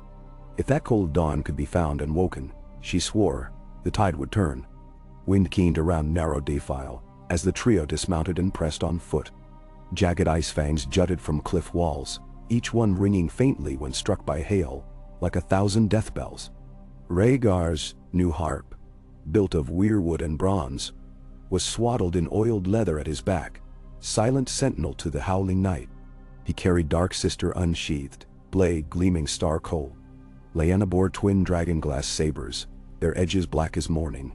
Jon held a lantern whose flame burned apple green, Qyburn's alchemical craft that promised not to gutter in wind. They had climbed for 3 hours when the gale abated, leaving stillness so absolute the only sound was their breath frosting the air. The path narrowed to a slit between 2 slabs of ice. Rhaegar pressed a palm to the surface. It thrummed under his skin, alive with impossible chill. "This is it," he murmured, though no marker proclaimed it. Lyanna slid sideways through the gap. Jon followed, exhaling a prayer to nameless gods. Rhaegar entered last, Dark Sister raised. They stepped into a cathedral of ice. Columns vaulted skyward like spears of moonstone. Floor and ceiling merged in perfect mirror. Candles of frozen air pulsed with dim cerulean sheen. In the heart of that hollow stood an obelisk, 8 tons of crystal-clear ice, within which floated a coal only thumb-sized, glowing faint as a dying ember yet undeniably warm to the sight. Tiny threads of fire curled inside like hibernating serpents. "Dragon's heart," Lyanna whispered. "Or its ghost." They advanced, each footfall echoing. Jon crossed to stand by obelisk, lantern lifted. Green cast met amber glow, painting swirls of gold around suspended ember. Rhaegar touched ice. Heat met fingertips, paradox within paradox. "We free it," he said. Lyanna tapped her saber, nodding. Yet as blades raised, an answering chill swept chamber. Snow trickled from ceiling, coalescing into human shape. Tall, elegant, clad in plate that shimmered like mother-of-pearl frost. 2 eye sockets flared azure. The Night King emerged, not from door or darkness, but coalesced from the idea of winter itself, until he towered between them and heart. He spoke no word. The air around him cracked crystalline edges sharp enough to flay flesh. Rhaegar stepped forward. "You stole dawn," he said, voice calm. The Night King tilted head. Silent. Rhaegar raised Dark Sister in salute, then struck. Steel met ice blade, shockwave reverberating across pillars. Jon lunged to flank but found path barred by frost, rising like living wall. Lyanna leapt over, sabers raining sparks. She carved downward. The Night King spun, deflecting with hand bare yet harder than iron, leaving her blade chipped. Jon swung Longclaw, Valyrian steel singing, edge bit shoulder, spraying shards of diamond dust. Night King's stare fixed on Jon, frostfire swirling in those voids. A shriek of unearthly fury shook vault. Shock that steel forged by man could wound him. He thrust palm. Jagged spear of ice formed mid-air, hurtling toward Jon. Rhaegar intercepted, harp still lashed across him, deflecting spear with flat of blade and shattering it into sleet. The distraction cost him. Night King pivoted, fist colliding with Rhaegar's chest. Plates cracked. Rhaegar flew, bones screaming on marble of ice. Lyanna darted, driving left dagger into enemy's right thigh. A low grinding wail escaped creature. He backhanded her, sending her skidding. She struck column. Breath burst out. Jon charged anew. Flame lantern cast aside. He feinted high, then slashed low. Night King parried, but Longclaw's hilt flicked up, pommel striking chin taut. Frost spider webbed across face, but chasm blue eyes narrowed with cold amusement. He grasped sword arm wrist. Frost crept along leather, rigid. Jon grimaced as cold seeped into marrow. Then Rhaegar's harp sounded, one pure, aching note. Everyone froze, literally and figuratively. The note resonated through obelisk. Ember flared brighter. Cracks spider-webbed across encasing ice, sizzling hiss. Night King swung, shredding string with backstroke. Sound died, but momentum begun. Rhaegar pushed to knees, ribs aflame. "Sing louder," Lyanna rasped, crawling toward harp. Jon wrenched free of Night King's grip. Frost burned but fighting. He withdrew, giving breathless laugh. "We make music then." Night King advanced to finish Rhaegar, raising Frost blade. At that moment, Lyanna slashed remaining harp strings with glass dagger, each snap releasing twang that fused into discordant chord. Magic born of weirwood bronze blood, note rippled outward, meeting heart ember cracks. With crack like birth of a star, the ice prism exploded. Scalding air erupted. Shockwave rolled, tossing combatants. Night King reeled. Fragments of molten ice embedded skin. Steam rose where heat met ancient winter. Rhaegar scrambled, seized ember with gauntlet. It burned not flesh but soul. Visions flashed. Aegon forging swords. First men huddled at dawn. Children of forest crying tears of sap. He thrust ember into empty lantern body, sealing it. Flame ignited within, golden white. Lantern flared beam across chamber. Where it shone on Night King, frost plate steamed, blackening. Creature screamed, sound of glaciers calving. Jon and Lyanna closed from flanks. Jon's steel and Lyanna's glass crossed creature's torso, forming X of dawn and dusk. Rhaegar leveled lantern. Night King raised arms, but emberlight etched fissures down his core. With single harmonic shudder he burst apart. Shards of crystal swirling into powder that drifted down like false snow. Silence. 3 warriors stood, steaming breaths mingling with real snow that now fell gentle from ruptures in roof. Lantern light dimmed, calm to warm glow. "It's done?" Jon asked. Floor vibrated beneath as if answering. Rumbling. Ice pillars began to groan. "Not here," Lyanna warned. They fled along passage, chamber collapsing behind. They burst onto cliffside as dawn's first rays painted horizon blood orange. Below stretched ocean of whiteness. In distance they saw it. The undead host, vast, convulsing. Fragments collapsing as link severed. Thousands of whites fell limp, others cracking into shards. Frost giant roared, then toppled, shattering. Rhaegar set lantern in snow. Glow spread golden across drift, melting hollow. He lifted eyes to rising sun. Light remembers. At Castle Black War, horns still cried, but with new timbre. Confusion. White's nearest ramparts drooped, then crumbled. Melisandre gasped, flames in her brazier exploding into plume that formed rune of phoenix. Stannis, blade drenched, saw White's fall. "That was no victory of flames alone," he muttered, awe-cracking monotone. On parapet, Robert panted, hammer slick with ooze. He watched enemy dissolve. He laughed ragged, wiping ice blood from beard. "Dragon Prince, you mad minstrel," he bellowed to sky. Jaime lowered crossbow head, aimed at oncoming wave of corpses. Brienne beside him removed helm, blinking tears. Below, Ghost howled triumphant. Rhaegar, Lyanna, and Jon emerged through gate mid-afternoon. Their horses had perished in storm. They stumbled on foot, faces cut by wind, but lanterns still shone. Courtyard erupted. Robert crushed Rhaegar in bearish hug. Ned swept Lyanna up, tears uncontrolled. Jon clapped Rhaegar's shoulder, then collapsed. Maesters pulled him to infirmary. That night, bonfires soared miles high, but none were wildfire. They burned white remnants, but most corpses already disintegrated. Stars shone, comet faded pale. Rhaegar penned Raven to Winterfell. Dawn breaks. Cersei received message swaddled in twin furs by hearth. She read, hand trembling, then exhaled weight of realm. Tywin permitted rare smile. Elia kissed children's brows.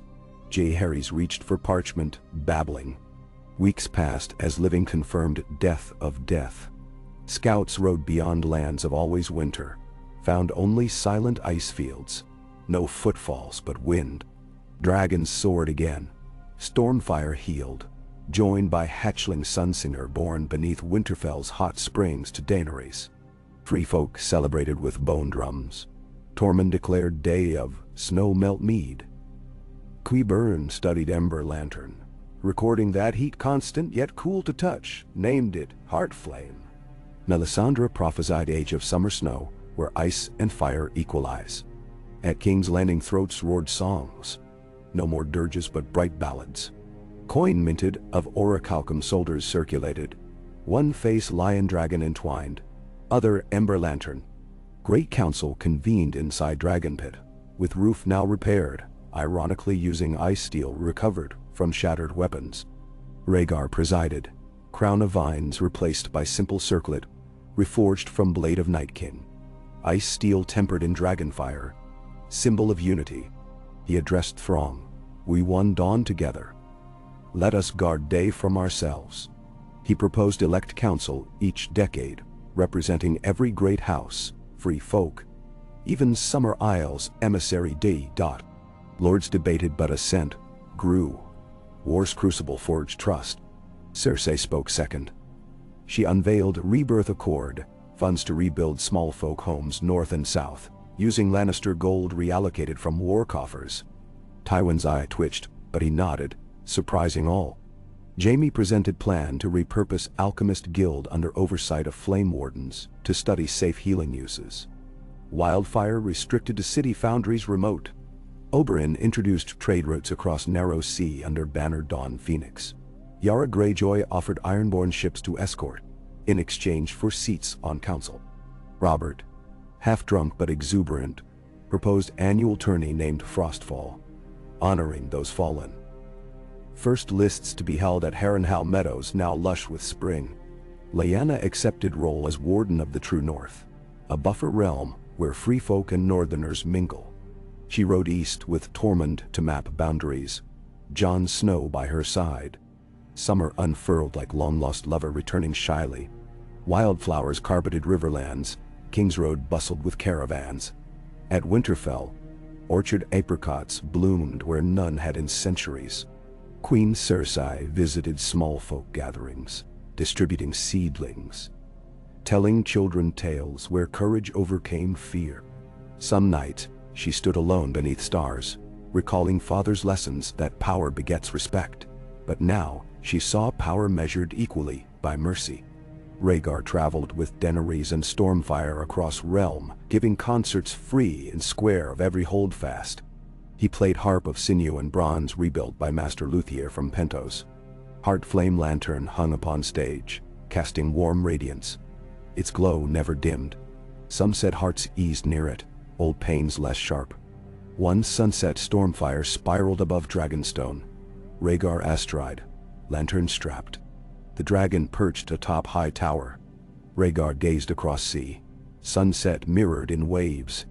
He could almost believe worlds beyond horizon old as his harp, strings still ready to sing.